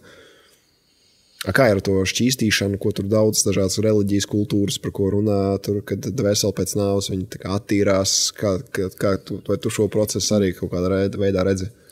Es to redzu tā, ka ir kas var aiziet uz turieni, bet ir kurām nedavalk tā enerģija līdz turienai. Un attiecīgi tas ir arī atkarīgs no tiem egregoriem. Tas ir vairāk par to astrālo plānu tagad runājot, ja, kur tas cilvēks ir, kur viņš ir piesaistījies. Ja, Parunājam par to, kas būtu tās astrālās piesaists. Astrālās piesaists var būt dažādi, nezinu, egregori. Piemērs. Piemēram, tā pati kristietība. Tas pats, kad cilvēks, kristietība ir vistīrākais duālismu piemērs.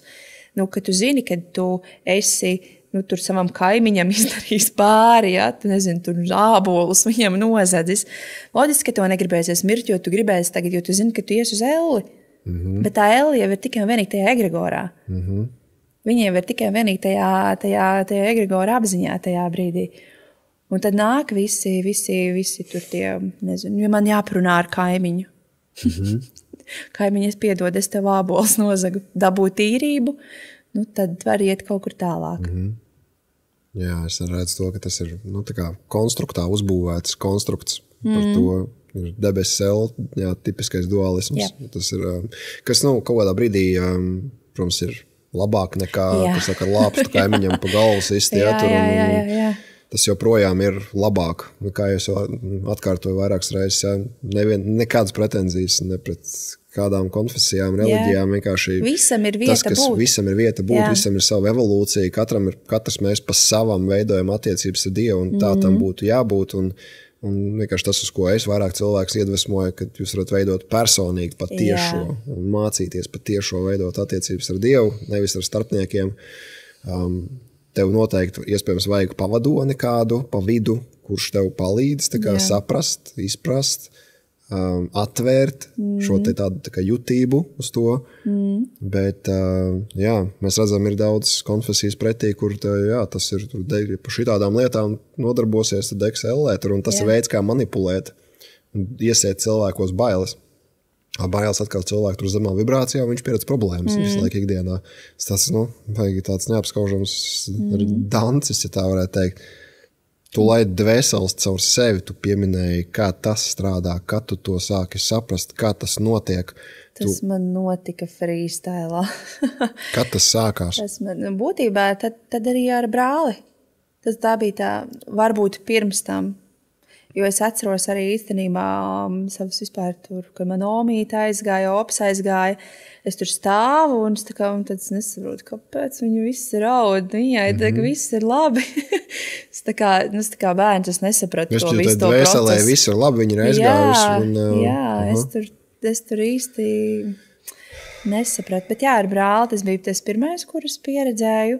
Bet es esmu arī uzlikusi, kad nav tā, ka tagad man ir open vārti, un tagad viss, kas ir welcome, nākat. Nē. Kas ir tas, ko tu pieredzīji tajā brīdī? Kā tas notiek izved cauri tādai tipiskai pieredzē, kas tev bijusi? Tas ir tad, kad vairāk es esmu ar tiem cilvēkiem kaut kur bijusi savi, kā piemēram ar to savu draudzeni. Es biju viņai kā dūla, un tur es vienkārši, mums ir tā vienošanās un tas connections, kad es viņu pavedu. Lai kur viņa ietu, lai ko viņa pieredzētu, es esmu ar viņu. Lai arī kam viņa iet cauri, lai arī kāds būtu viņas vienalga. Vai viņa izvēlās ķeizaru, es viņai esmu klāta. Ja viņa izvēlās, es nezinu, piemēram, abortu, es esmu viņai klāta. Un tad tu jūti, ka tajā brīdī viņi tev rakstīja, un kas ir tas, ko tu jūti tajā brīdī? Tajā brīdī ir tā, kad atveras milzīgs, tāda gaismas, tāds stars milzīgs atnāk. Tas tā kā tevī kaut kas atverās? Jā, viņš tā kā caur mani, un tā iekšējā sajūta ir milzīga mīlestība īstenībā, milzīga tāda pieņemšana un tāda ļoti, ļoti liela mīlestība. Ļoti. Bet tā sajūta ir tāda, ka Viņi kaut kā komunicē ar tevi, tu ar viņu kaut kā sazinies, tev nāk kaut kāda informācija. Vai vienkārši kaut kā tu jūti, ka tur iet cauri un viss? Jā, es vienkārši zināju, ka tas ir tas. Tas ir tas, jā. Bet jā, man ir bijis tā, ka es arī atveru to visu astrālo plāntu, kas nevar pa naktīm gulēt. Tāpēc man ir kā fizikā, jā, veselīgas robežas, tā arī dvēseļu pasaulē veselīgas robežas. Mans miegs ir svarīgs un nav tā, ka es tagad visus atvērtie vārti. Tas sanāk, ka tur ir rinda vai kā tur izskatās? Kā tas izskatās? Šis ir interesanti tas, kad mēs ar savām nāves dūles kolēģiem mēs šito runājām, kad kad mēs sākam praktizēt, daudzām ir tā sajūta, kad pēkšņi visi saskrien pie vārtiem. Beidzot, kāds to dara. Beidzot, kāds mūs palaidīs mājās. Kad dvēseles palaiž uz mājām. Jā, viņam tāds. Ar to es vairāk arī gribu teikt, ka kā lielākā daļa sieviešu, kas ir arī, ar ko es saskāros, kad es sāku mācīties par nāves dūlu, man ļoti daudz sievietes, kuras gribēja ar mani veidot sadarbību kā dzemdību dūlu, man vairāk neizvēlējās. Tāpēc, kad iekšā tā sajūta, es tur tagad translēju nāvi vai es tur tagad vēl kaut ko, tāpēc, ka nav tā dziļā izpratne par to. Nav tā izpratne, ka tas ir viens process. Mēs nevaram to procesu atdalīt. Dzimšanu un nāvi mēs nevaram atdalīt. Un ja tu gribi pieredzēt tās skaistās, maigās, mīlestības pilnās dzemdības, tev ir jābūt atstrādātām nāves tēmai, ir jābūt atstrādātai. Savādāk ir bailes, vai ne? Jā, tu nevari piedzemdēt, ja tu baidies. Dualisms joprojām ir tā kā, šo es pieņemu, bet to nepieņemu. Jā, un nevar. Tie enerģētiskie vārti, un arī tie fiziskie vārti, viņi nevarās vaļā. Un tad ir tas, kad medicīna atnāk, ielaiž attiecīgos medikamentus, un tas dzemdības pirms notiek. Tad sanāk, tu strādā tikai ar dvēseli palaišanu, vai tur ir kaut kas vairāk aiz šī procesa, kas ir nāves dūla? Zini kā, man vairāk tā iekšējā sajūta, kad es vairāk esmu to vārtu, kā es negribētu teikt sargātāju, jo nav īsti neviens no kā sargāt, bet... tev ir atslēgas, teiksim. Jā, ka man ir to vārtu atslēgas. Manuprāt, kas daudziem cilvēkiem trūkst, ko savā veidā es kaut kur uzmanīgi atsevišķos kursos, par ko runāju, ir par šo izglītošanos par nāvi, par nāves procesu. Man pašam ir bijuši vairākas iziešanas no ķermeņa, kur es saprotu, ka es turpināšu eksistēt. Tā kā es nebeigšos, es kā apziņa nebeigšos, es izēju no ķermeņa, es joprojām domāju, es joprojām redzu, es joprojām identificējos pat kaut kur ar savu kaut kādu atmiņu, ar savām atmiņām, bet es vienkārši neesmu vairs fiziskajā ķermenī. Un, kā es saku, mums ir jāmācās mirt, patiesībā mums ir jāmācās mirt, tad, kad esam dzīvi. Un ko tas nozīmē manā izpratnē, kad cilvēkam psiholoģiski ir sevi jāgatavo, jāsaprot, ka tas ir process, viņš būs, un tas, kā tu viņu iziesi cauri, līdzīgi kā kāzas, tu vari vai nu tur stāvēt pie tā altāra ar nervzālēm un stresot, vēl iepriekšējo nedēļu, tur caurējis un vēl nezinu kas, vai arī tu vari psiholoģiski sagatavoties tam attīrīt savas traumas, bailes, stresus un visu pārējo. Un tajā procesā iet un baudīt, zinot to, ka tā ir daļa no šīs dzīves pieredzes un ka tas nav nekas slikts, tas ir tas, ko tu kontrolē. Jo es varbūt līdz galam izstāstīju, ka tajā brīdī, kad es sākšu to visu pēdēt, es saprotu, ka dvēseli izvēlās pati. Kad viņa nāks, kad viņa ies, un es redzu to, ka dvēseli izvēlās vairākus geitus, vairākus ceļus, kā viņi varētu potenciāli aiziet, un pārsvarā viņi meklē izejas tajā brīdī, kad vai nu viņi neiet pēc dvēseles ceļa, nav interesanti, respektīvi dara kaut ko nav paredzēts darīt, jo prāts ir pilnībā pārņēmis kontroli pār biorobotu, vai arī astrāļi, un tur jau vada pilnīgi citas būtnes, vada to ķermeni, un dvēseli vispār tur ir kaut kur stūri iebāsta, un vienkārši čekojās ārā, jo tā kā nav jēga, jo es redzu, ka tas akumulējās ķermenī, pēc tam vēl tas akumulējās tā cilvēka informatīvajā laukā, viņam pārdzint grūtāk būs, jo viņam vibrācija būs zemāk, jo ķermenis to nes visu, visi lauki jau ir savienoti. Un apzināti praktizēt tos brīžus, kad tu tā kā atlaidi. Un savā veidā daudz cilvēku mums ir tieši ziņojuši pēc enerģijas elpošanas sesijas beigās. Pārsvarā mums, kad ir tas visa tā izlāde ir notikusi un iestājas tik ļoti dziļš tāds relaks un atslābums un palīdzot vēl ar vadīšanu, kur es vēl cilvēks vēl vadu dziļāk, vienkārši iegrimsti vēl dziļāk un vēl dziļāk. Viņi sarot, ka viņi ir, bet vienlaikus nav. Un viņiem daudziem, viņi saka, viņiem pazuda bailes no nomiršanas, tāpēc, ka viņi saprata, ka patiesībā tas process, viņš tāds patīkams ir, un viņiem aktivizējas iekšēji kaut kāda augstāka inteliģence par izpratni par to, jo ar prātu, protams, tas ir ļoti grūti saprast, jo prāts ir piesaistīts ego vienmēr viņš nekad negribēs, mēs nekad ar viņu nesarunāsim to, bet tikai ar dvēseli, kas ir augstākā apziņas līmeņa, augstākā inteliģences daļa, to saprot, tāpēc, ka tā ir daļa no dvēseles procesiem, kā viņi pieredz. Jā, to visu gribēju teikt vienkārši, kad mirt ir jāmācās. Un psiholoģiski sev jāgatavo tam, jāizglītojās par to. Un es teiktu, jācenšās arī varbūt tās ir kaut kādas prakses veikt, kuras palīdz sākt saskarties ar līdzīgiem stāvokļiem un tad strādāt ar bailēm, kuras nāk ārā, lai tas iziešanas process būtu harmonisks. Tā īstenībā tas tā ir, jo vairāk mēs ieraugam tās, nav tādas mazas lielas nāves, bet jo vairāk mēs ieraugam tās ikdienas nāves un kā mēs viņām ejam cauri, jo īstenībā mēs labāk varam sevi mēs varam ieraudzīt. Ja es šodien man būtu jāmirst, tad nebūtu labi. Ķermenis vēl buksē, viss slikti, liekas, kad viss aizgājas ciet un cīņa milzīgi ir iekšējā. Vai tu palīdzi strādāt ar tuviniekiem arī šajā te visā procesā, un kas ir tas, kam tu ved cauri viņus? Kā tu viņus atbalsti? Kaut kur īstenībā ar tiem tuviniekiem ir vislielākais darbs. Jo tas, kurš iet prom, viņam ir svarīgi, kad viņš kaut kur pāriet atkal uz tādā bērna pozīcijā īstenībā aiziet, jo viņš tur nevar kaut ko izdarīt, viņš tur vēl kaut ko. Pie nosacījumi, ja ir tas saistīts ar vecumu nevarēšanu vai tam līdzīgi. Jā. Bet ir jau arī gadījumi, kur pēkšņi tas notiek, vai kaut kā straujāk. Jā. Tad vienmēr man tā iekšējā sajūta, vai kuģis izsauc, vai jāiet atpakaļ uz štābu, vai dvēseli vienkārši izdarīt. Kādus kuģus? Kosmiskos kuģus, tā kā savus visos. Mums tā vajag atpakaļ. Vai arī, vai dvēseli kaut kur, vienkārši izdarīt to, kas viņai jāizdara, lai iespējams, lai pārējos atmodinātu, jāaiziet ir šādi.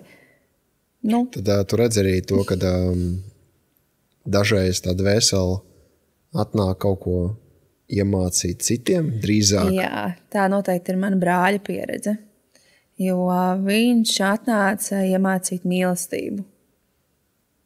Tas bija noteikti.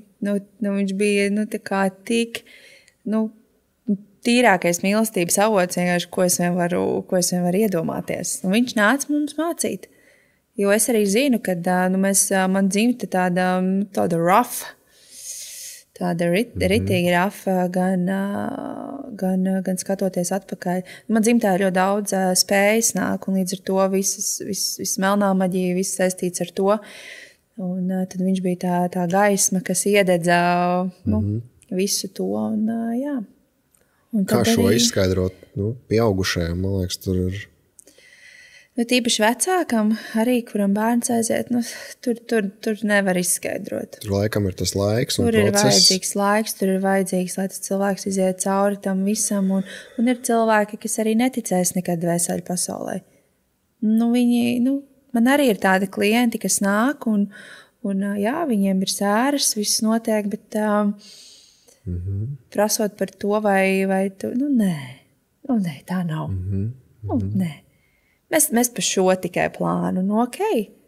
Es nevienam neuzspiežu savu redzējumu. Es vienmēr pieņemu to apziņas līmeni, kādā cilvēks atnāk pie manis. Un ja viņš nav gatavs, tad nav tā gatavība. Un, jo bieži vien ir arī tā, ka tie, kas ir, redz to dvēseli pasauli, kad viņi ļoti bieži pieķerās tām dvēselēm. Tas ir kā? Tas ir tā, ka man bija kliente, kurā viņa arī nevarēja palikt stāvoklī, un viņas laiku redz, ka viņai nāk viena dvēsele. Visu laiku nāk viena. Un viņa jau ir tā pie viņas pieķērusies. Tā kā tik ļoti, un viņa jau ar viņu dzīvo, viņa jau viņu auklē, viņa jau, bet fizikā nav. Okay. Un tad nav tā bilde ar to skaņu neiet kopā. Tomēr tam arī ir ļoti, ļoti liela Bet tur nav nozīme. jau kaut kāda, jau traucējumi neaiziet tajā brīdī, jau tas nav ar to saistīts. Nē, Viņi nē. tā kā neapzinās to pati. Nē, kad tur viņi vienkārši dzīvo. nav ieslēdzies tas sēru process. Okay. Kad ka viņa vēl cer un gaida, ir tā fāze, par to tirgošanos. Jā. Es iztirgošos ar to dvēseli. Es iztirgošos, es kaut ko izdarīšu, un viņa atnāks. Bet tur jau, saprotu, tur jau ir iestājies tas sēru process, un viņam ir jānonāk līdz pieņemšanai. Ka tā enerģētiskā puse, viņa ir 1:1 ar fizisko. Kā tuvinieku sērošana, mēs saskaramies, kā dabīgs process ir sāpes, kas nāk tajā visā procesā. Kā tas ietekmē to dvēseli, kuru, piemēram, atdalās un iet tālāk savās gaitās, vai tas viņu kaut kā notur, vai tas viņu ietekmē, bremzē, vai tas neietekmē vispār? Kaut kur ir, mums sabiedrībā tas, man liekas, tāds kad nedrīkst raudāt, jo tad dvēselē grūti. Kaut kas tāds ir, bet man laikam nebūs tāds konkrēti. Es visu, ko es saku, es to esmu caur sevi piedzīvojusi. Tāpēc es par to varu tik atklāti runāt, kad es tā kā zinu, manā iekšējā pasaulē, manā iekšējā visumā tā tas strādā. Un ja kādam tas der, un ja kādam tas strādā tieši tāpat, you're welcome. Un ja tev neder, un ja tev galīgi neiet kopā, tad neiet. Jo es arī ticu, ka mēs esam šeit atnākuši pieredzēt ļoti daudz un dažādas pieredzes. Un tas arī, ko es vienmēr saku, kad mēs drīkstam divi dažādi viedokļi, drīkst vienā telpā pastāvēt. Divas dažādas realitātes drīkst vienā telpā pastāvēt. Nav mums jācīnās par to, kur ir tagad stiprāka, kur ir īstā un kur ir patiesāka. Tas tā kā tu gribi ābolus, es gribu bumbierus. Jā, mēs abi varam dabūt. Mēs varam sēdēt un tu ēd to, ko es, un es ēdu to, ko es, un mums ir ritīgi forši kopā. Jā, man ir tāda vīzija joprojām, tas ir tas, uz kurien es eju, ka kaut kādā brīdī es redzu, tas notiks caur sadalīšanās procesu. Manuprāt, tas notiks caur to, ka vienkārši šķelsies cilvēki, tie, kas galīgi nav tēmā un kuriem vienkārši šis neinteresē, kur nav ne labi, ne slikti, vienkārši viņi grib tā, viņi grib dzīvot tā, un būs tādi, kuri gribēs saprast vairāk, jutīs vairāk, un tā sajūta būs tik ļoti nepārprotama, kā piemēram, kā man ir bijušas tās pieredzes paplašanās apziņas stāvokļos, es nevaru to atcelt iekšā. Es nevaru atcelt to pārdzīvojumu, to pieredzi, kam es izgāju cauri, un man nav vienkārši jautājumi, bet vai tiešām tā varētu būt? Man nav šaubas vairāk par šo. Un plus vēl no 1000 cilvēku, ar kuriem es strādāju, no tiem ir vairāki simti, kuriem ir bijušas ļoti profound, ļoti kosmiskas un ārpusdimensionālas pieredzes. Un tāpēc mēs šajā kanālā runājam par to, ka tas ir normāli. Jā, tas loģiskajām prātām kaut kur nav saprotams, arī man nebija saprotams 10 gadu atpakaļ, bet vienkārši sāc pētīt, sāc mācīties, sāc pieņemt to, ka jā, visu zināt nevar izskaidrot, un arī varbūt nevajag. Mēs zinām to, ka tas aizņem laiku zinātnē saprast, kā notiek lietas. Ja? Ir tik daudz lietas, ko mēs esam atklājuši tikai pēdējās, 10 gadēs, 100 gadēs, bet tas ir bijis visu laiku. Ja? Gaiss bija visu laiku, saule bija visu laiku, vējš bija visu laiku, kur tad viņš tā kā bija. Ja? Tur tas, ka mēs nespējam atmosfēru izskaidrot, ja? Vai Van Allena joslu, kas ir elektromagnētiskais lauks ap Zemi. Ja? Tas, ka mēs nezinājām vai nemācījām izskaidrot, tas nenozīmē, ka viņš tur nav. Ja? Līdz ar to es esmu par to, ka tas ir laika jautājums, izvēles jautājums, un es aicinu cilvēkus vienkārši būt empātiskiem pret dažādiem skatījumiem cilvēkiem un vienkārši izvēlēties, tev tas rezonē, ideāli, sapas. Ja nerezonē, viss kārtībā. Ej vienkārši tālāk. Tev neprasa tavu viedokli, tev neprasa tavu komentāru, tev neprasīja tavu, noteikti neprasīja tā cilvēku žulti, tagad pateikt visiem, kā es tagad tur tāds un tāds. Un savā veidā es saprotu, ka daudziem cilvēkiem mums beigas triggers ar šito. Jo es viņam tā tiešā valodā pasaku, ko daudz cilvēku to nav gatavi dzirdēt. Un tas viņam aizvaino iekšējo bērnu. Tas ir viņam tētis vai mamma, ko viņam nav sakārtotas attiecības, kurš pateicis ir stingri kaut kā, kā viņiem ir. Bet es iekšēji to vienmēr izjūtu ar ļoti lielu mīlestību. Vienkārši es zinu, ka es esmu transformators. Es cilvēkiem izgaismošu to, ko viņiem, kas viņiem kavēs. Un savā veidā, tāpēc varbūt man ir tāds talants arī cilvēkiem šīs programmas palīdzēt ļoti ātri notransformēt līdzīgi kā tev. Kādu lomu ir spēlējusi elpošana, enerģijas elpošana, somatika tajā visā procesā? Ko tas ir atklājis, tev atvēris? Sākot vispār ar enerģijas elpošanu. Tad, kad man nāca visas šīs pieredzes vērās vaļā, pirmais, ko es darīju, kā normāls cilvēks, gāja pie terapeita. Ko viens dara? What one does? Jā. Kaut kur ir slikti, kaut kas nenotiek. Kas ir normāli, Es gāju pie terapeita cītīgi gadu, reizi nedēļā, gāju pie savas terapeitas. Un beigās jau bija tā, ka Viņa godīgi pateica, ka viņas kompetencē ir, viņa nezina, ko darīt ar mani. Pagaid, tev bija tas, kas to nāca ar to, ka tu runā par savām ekstradimensionālajām uztverēm un pieredzēm. Ne, uzreiz nē, bet kaut kur jā. Kaut kur es viņai ik pa gabaliņām liktu iekšā. Tas ir, protams, terapeitam baigi interesants brīdis, ka es dzirdu balsis. Tas ir interesants balss, tas ir interesants mirklis. Bet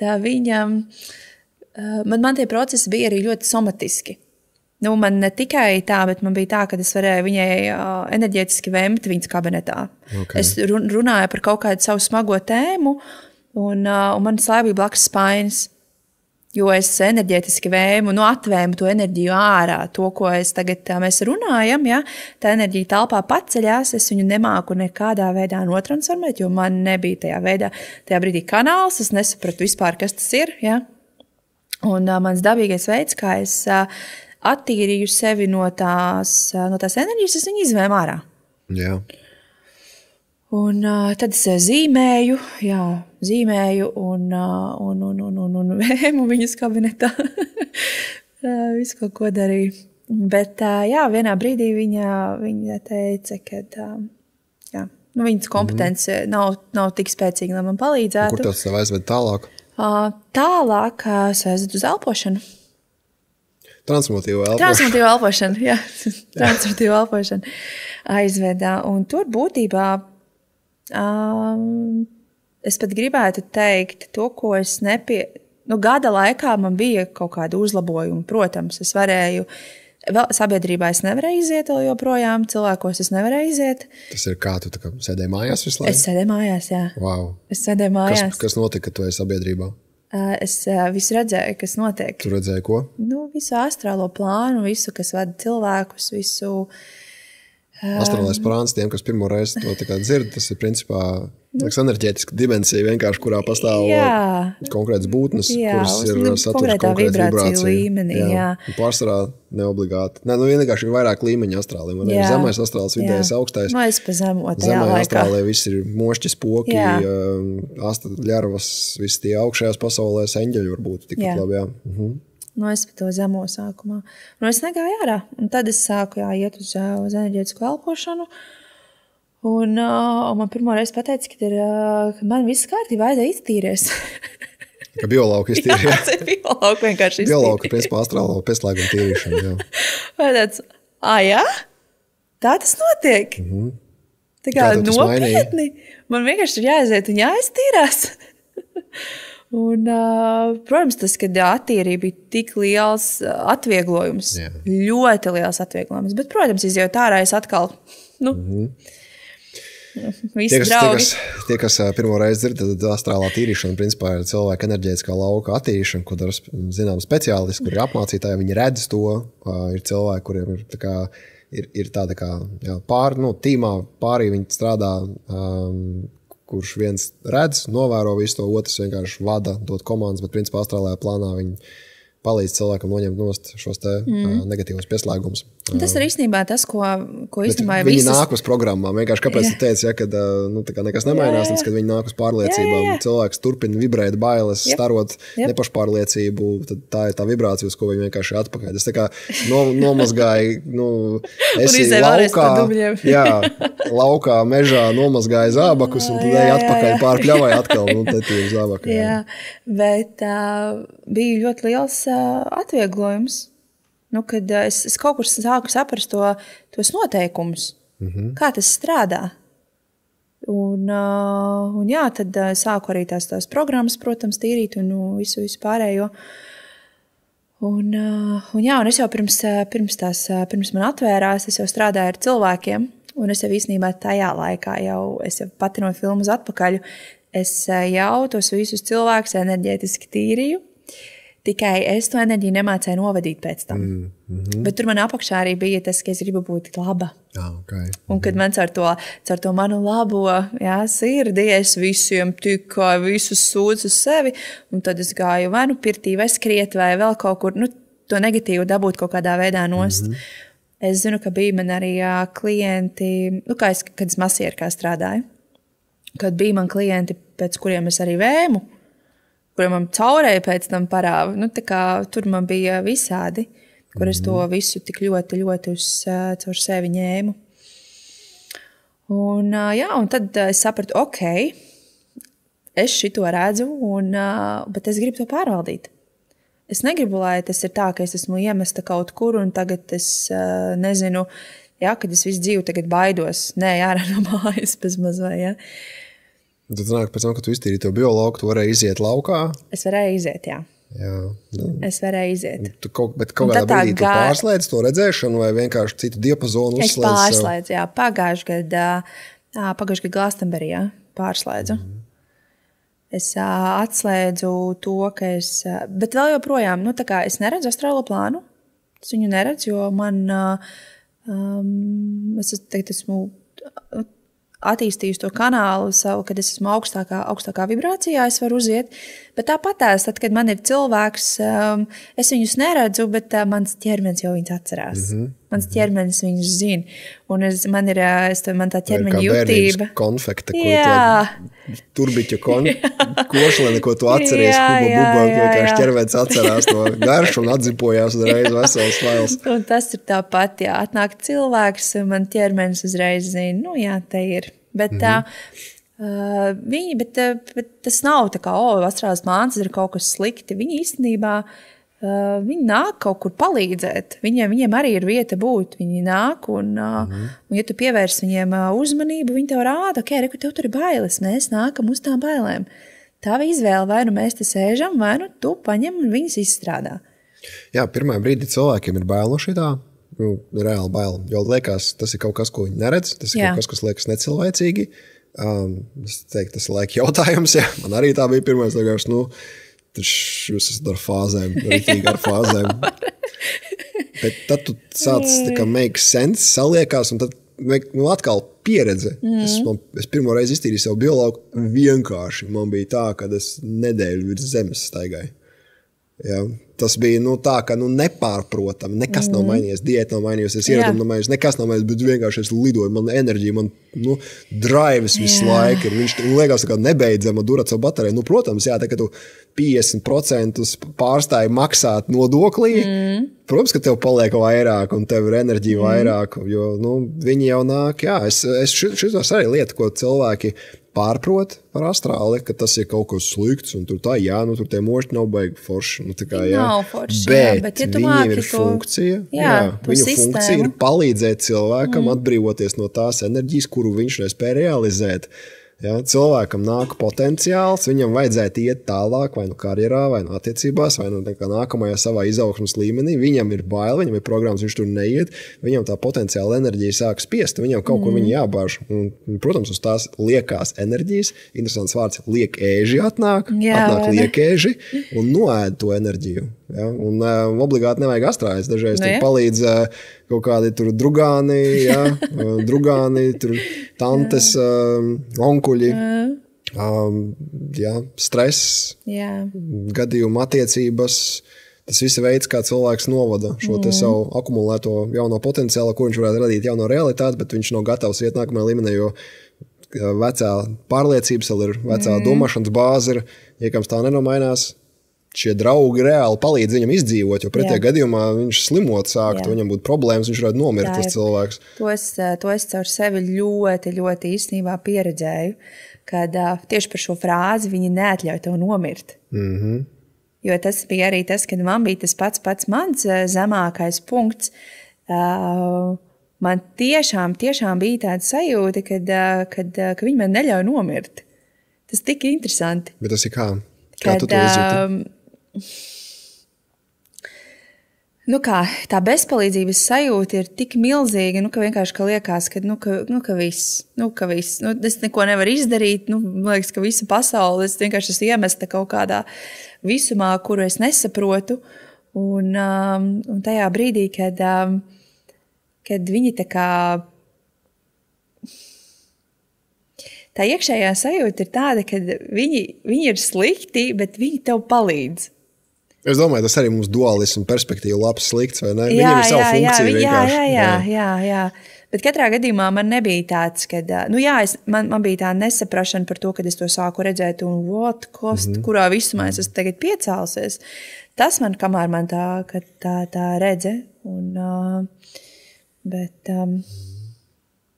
aizrunājamies pastrāļiem, jā. Jā, tā ir daļa no tā procesa, man liekas, svarīga no tā visa procesa. Tā ir ļoti svarīga. Ir tīpaši tiem, kas mostās, viņiem, viņi redz. Es zinu, viņi redz, viņi jūt, un to var arī ļoti bieži pēc bērniem pateikt. Bērni arī redz, bērni arī jūt. Un tas ir tas, kā es ar savu bērnu, kad viņš ir mammu, spoks istabā. Es saku, labi, pajautā, ko viņš grib. Es jau viņam mācu. Pajautā, ko viņš grib, uz ko viņš atnāca. Viņš tad vienkārši skatīties. Es saku, nē, tu fizikā atļautu kādam vienkārši ienākt un stūrī skatīties. Nē, neļautu. Tad parādi viņam, kur ir izēja. Viņš vienkārši apmaldījies, varbūt ir. Šis ir fenomenāli, ka mēs sākam palikt atvērtāki tām lietām. Un bērniem jau stāstīja to, ka tas ir normāli. Jā. Es ticu, ka tur, protams, ir kaut kur jābūt ļoti tādai stabilai psihei, briedumam, izpratnei, stabilai domāšanai, personībai, jo tur ir baigais risks arī, ja? Tur ieraut bipolāros traucējumus vai šizofrēnijā, kad tā kā komunicēt ar būtnēm, kurām nav ķermeņu. Jā. Tas ir diezgan bīstam, manuprāt, arī. Un īpaši, ja nav pavadons blakām, kurš tev izved cauri. Un īpaši, kurš vienā brīdī pavelk aiz rokas, tagad pātri ir, tagad lēnāk. Jā, jo es esmu redzējis, kur cilvēki pātru iet, un viņiem aiziet pa pieskari, un pēc tam ir grūti tikt atpakaļ. Tāpēc ir svarīgi, ka iekšā ir tas, tā iekšējā pārliecība, ka es neko savā dzīvē nevaru nokavēt. Es neko savā dzīvē nevaru nokavēt. Es neko nevaru nokavēt. Jo mums gribās, ja mēs ieraugam kaut kādu, tur kaut kādu, šim ir šitāda dzīve, viņam ir šitas ir sakārtojies, es gribu arī tāpatās. Un tagad ātri vilcienā aiziet uz priekšu. Es esmu tik pateicīga visiem, kas mani sargā, jo man visu laiku gribējās. Es priekšlaicīgi piedzimu, ātri. Visu dzīvē vienmēr bija vajadzējis ātri izdarīt. Un es esmu tik priecīga īstenībā par to, kad mani liek tā kā tai kārtībai. Jo, prātam jau liekas, kas tu tur? Dod tikai paņemšu. Jā. Bet īstenībā, tā kā enerģētiski tur ir pilnīgi savādāk. Tur jautājums, vai mēs varam nointegrēt to, vai mums pietiek tilpums, pietiek iekšējais tā telpa, iekšējais apjoms, lai apstrādātu to informāciju. Un tas neobligāti ir tā. Tieši tā. Un arī tāpēc par visām papildus vielām, kas atver paplašināto apziņas stāvokli, tur arī brīnišķīga pieredze, bet vai to var nointegrēt pēc tam? Nu, vislabākais ir meklēt speciālistu, kurš tā kā tam ir izgājis cauri, kurš to redz, kurš to saprot un kurš var to salikt. Tā kā arī. Man liekas, ka ļoti daudziem cilvēkiem ir vienkārši viņi nesaprasti, īpaši tie, kas ir tur iestādēs, kur viņi vienkārši nesaprast, un neviens nav ieinteresēts ar viņiem strādāt psihiski, jo vienkārši medicīna neizskata to pagaidām vēl. Kur es redzu cilvēkiem, lielai daļai ir nobīdīts saucamais atskaites punkts. Viņiem nav šeit un tagad, bet viņi ir citā laikā, kaut kādā bišķiņā vai citā dimensijā. Viņai šeit nav šeit fiziskais plāns, ir kaut kāda cita dimensija. Viņi ir citā apziņas atskaites punktā. Un tas rada šo te haosu iekšēju, nesaprašanu. Tā kā, piemēram, mums ir cilvēki, kuri viņi saka, es 3 sekundes vai 5 sekundes uz priekšu zinu, kas notiks. Jā, viņam atskaites punkts nav šeit, viņš ir laika ziņā nobīdīts nedaudz. Un tā, vienkārši to var atlikt atpakaļ. To ļoti diezgan viegli sakārtot. Es ceru, ka mūsu sabiedrība paliks atklātāka par šo jautājumu, sāks vienkārši to cilāt vairāk.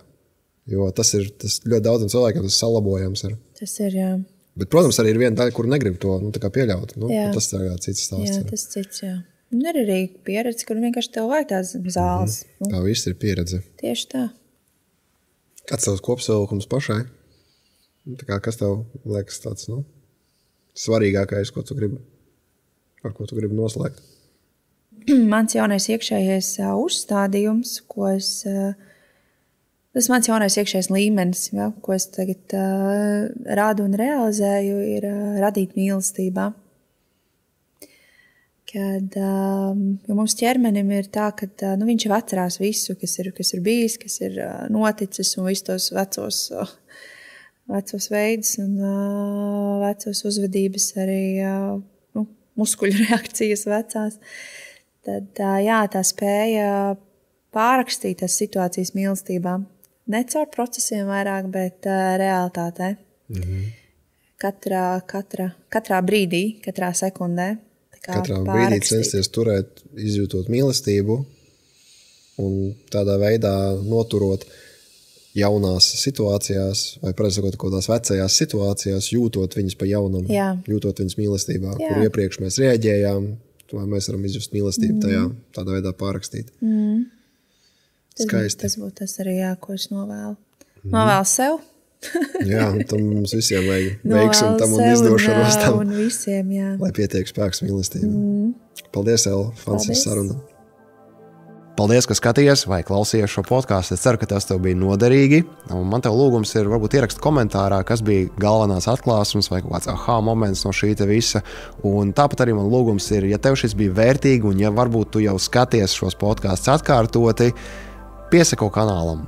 Tāpat arī iedod laiku un varbūt pārsūt kādam cilvēkam, kuram šitas būtu noderīgi. Tāpēc vēlreiz paldies, ka tu esi un tiekamies nākamajos video.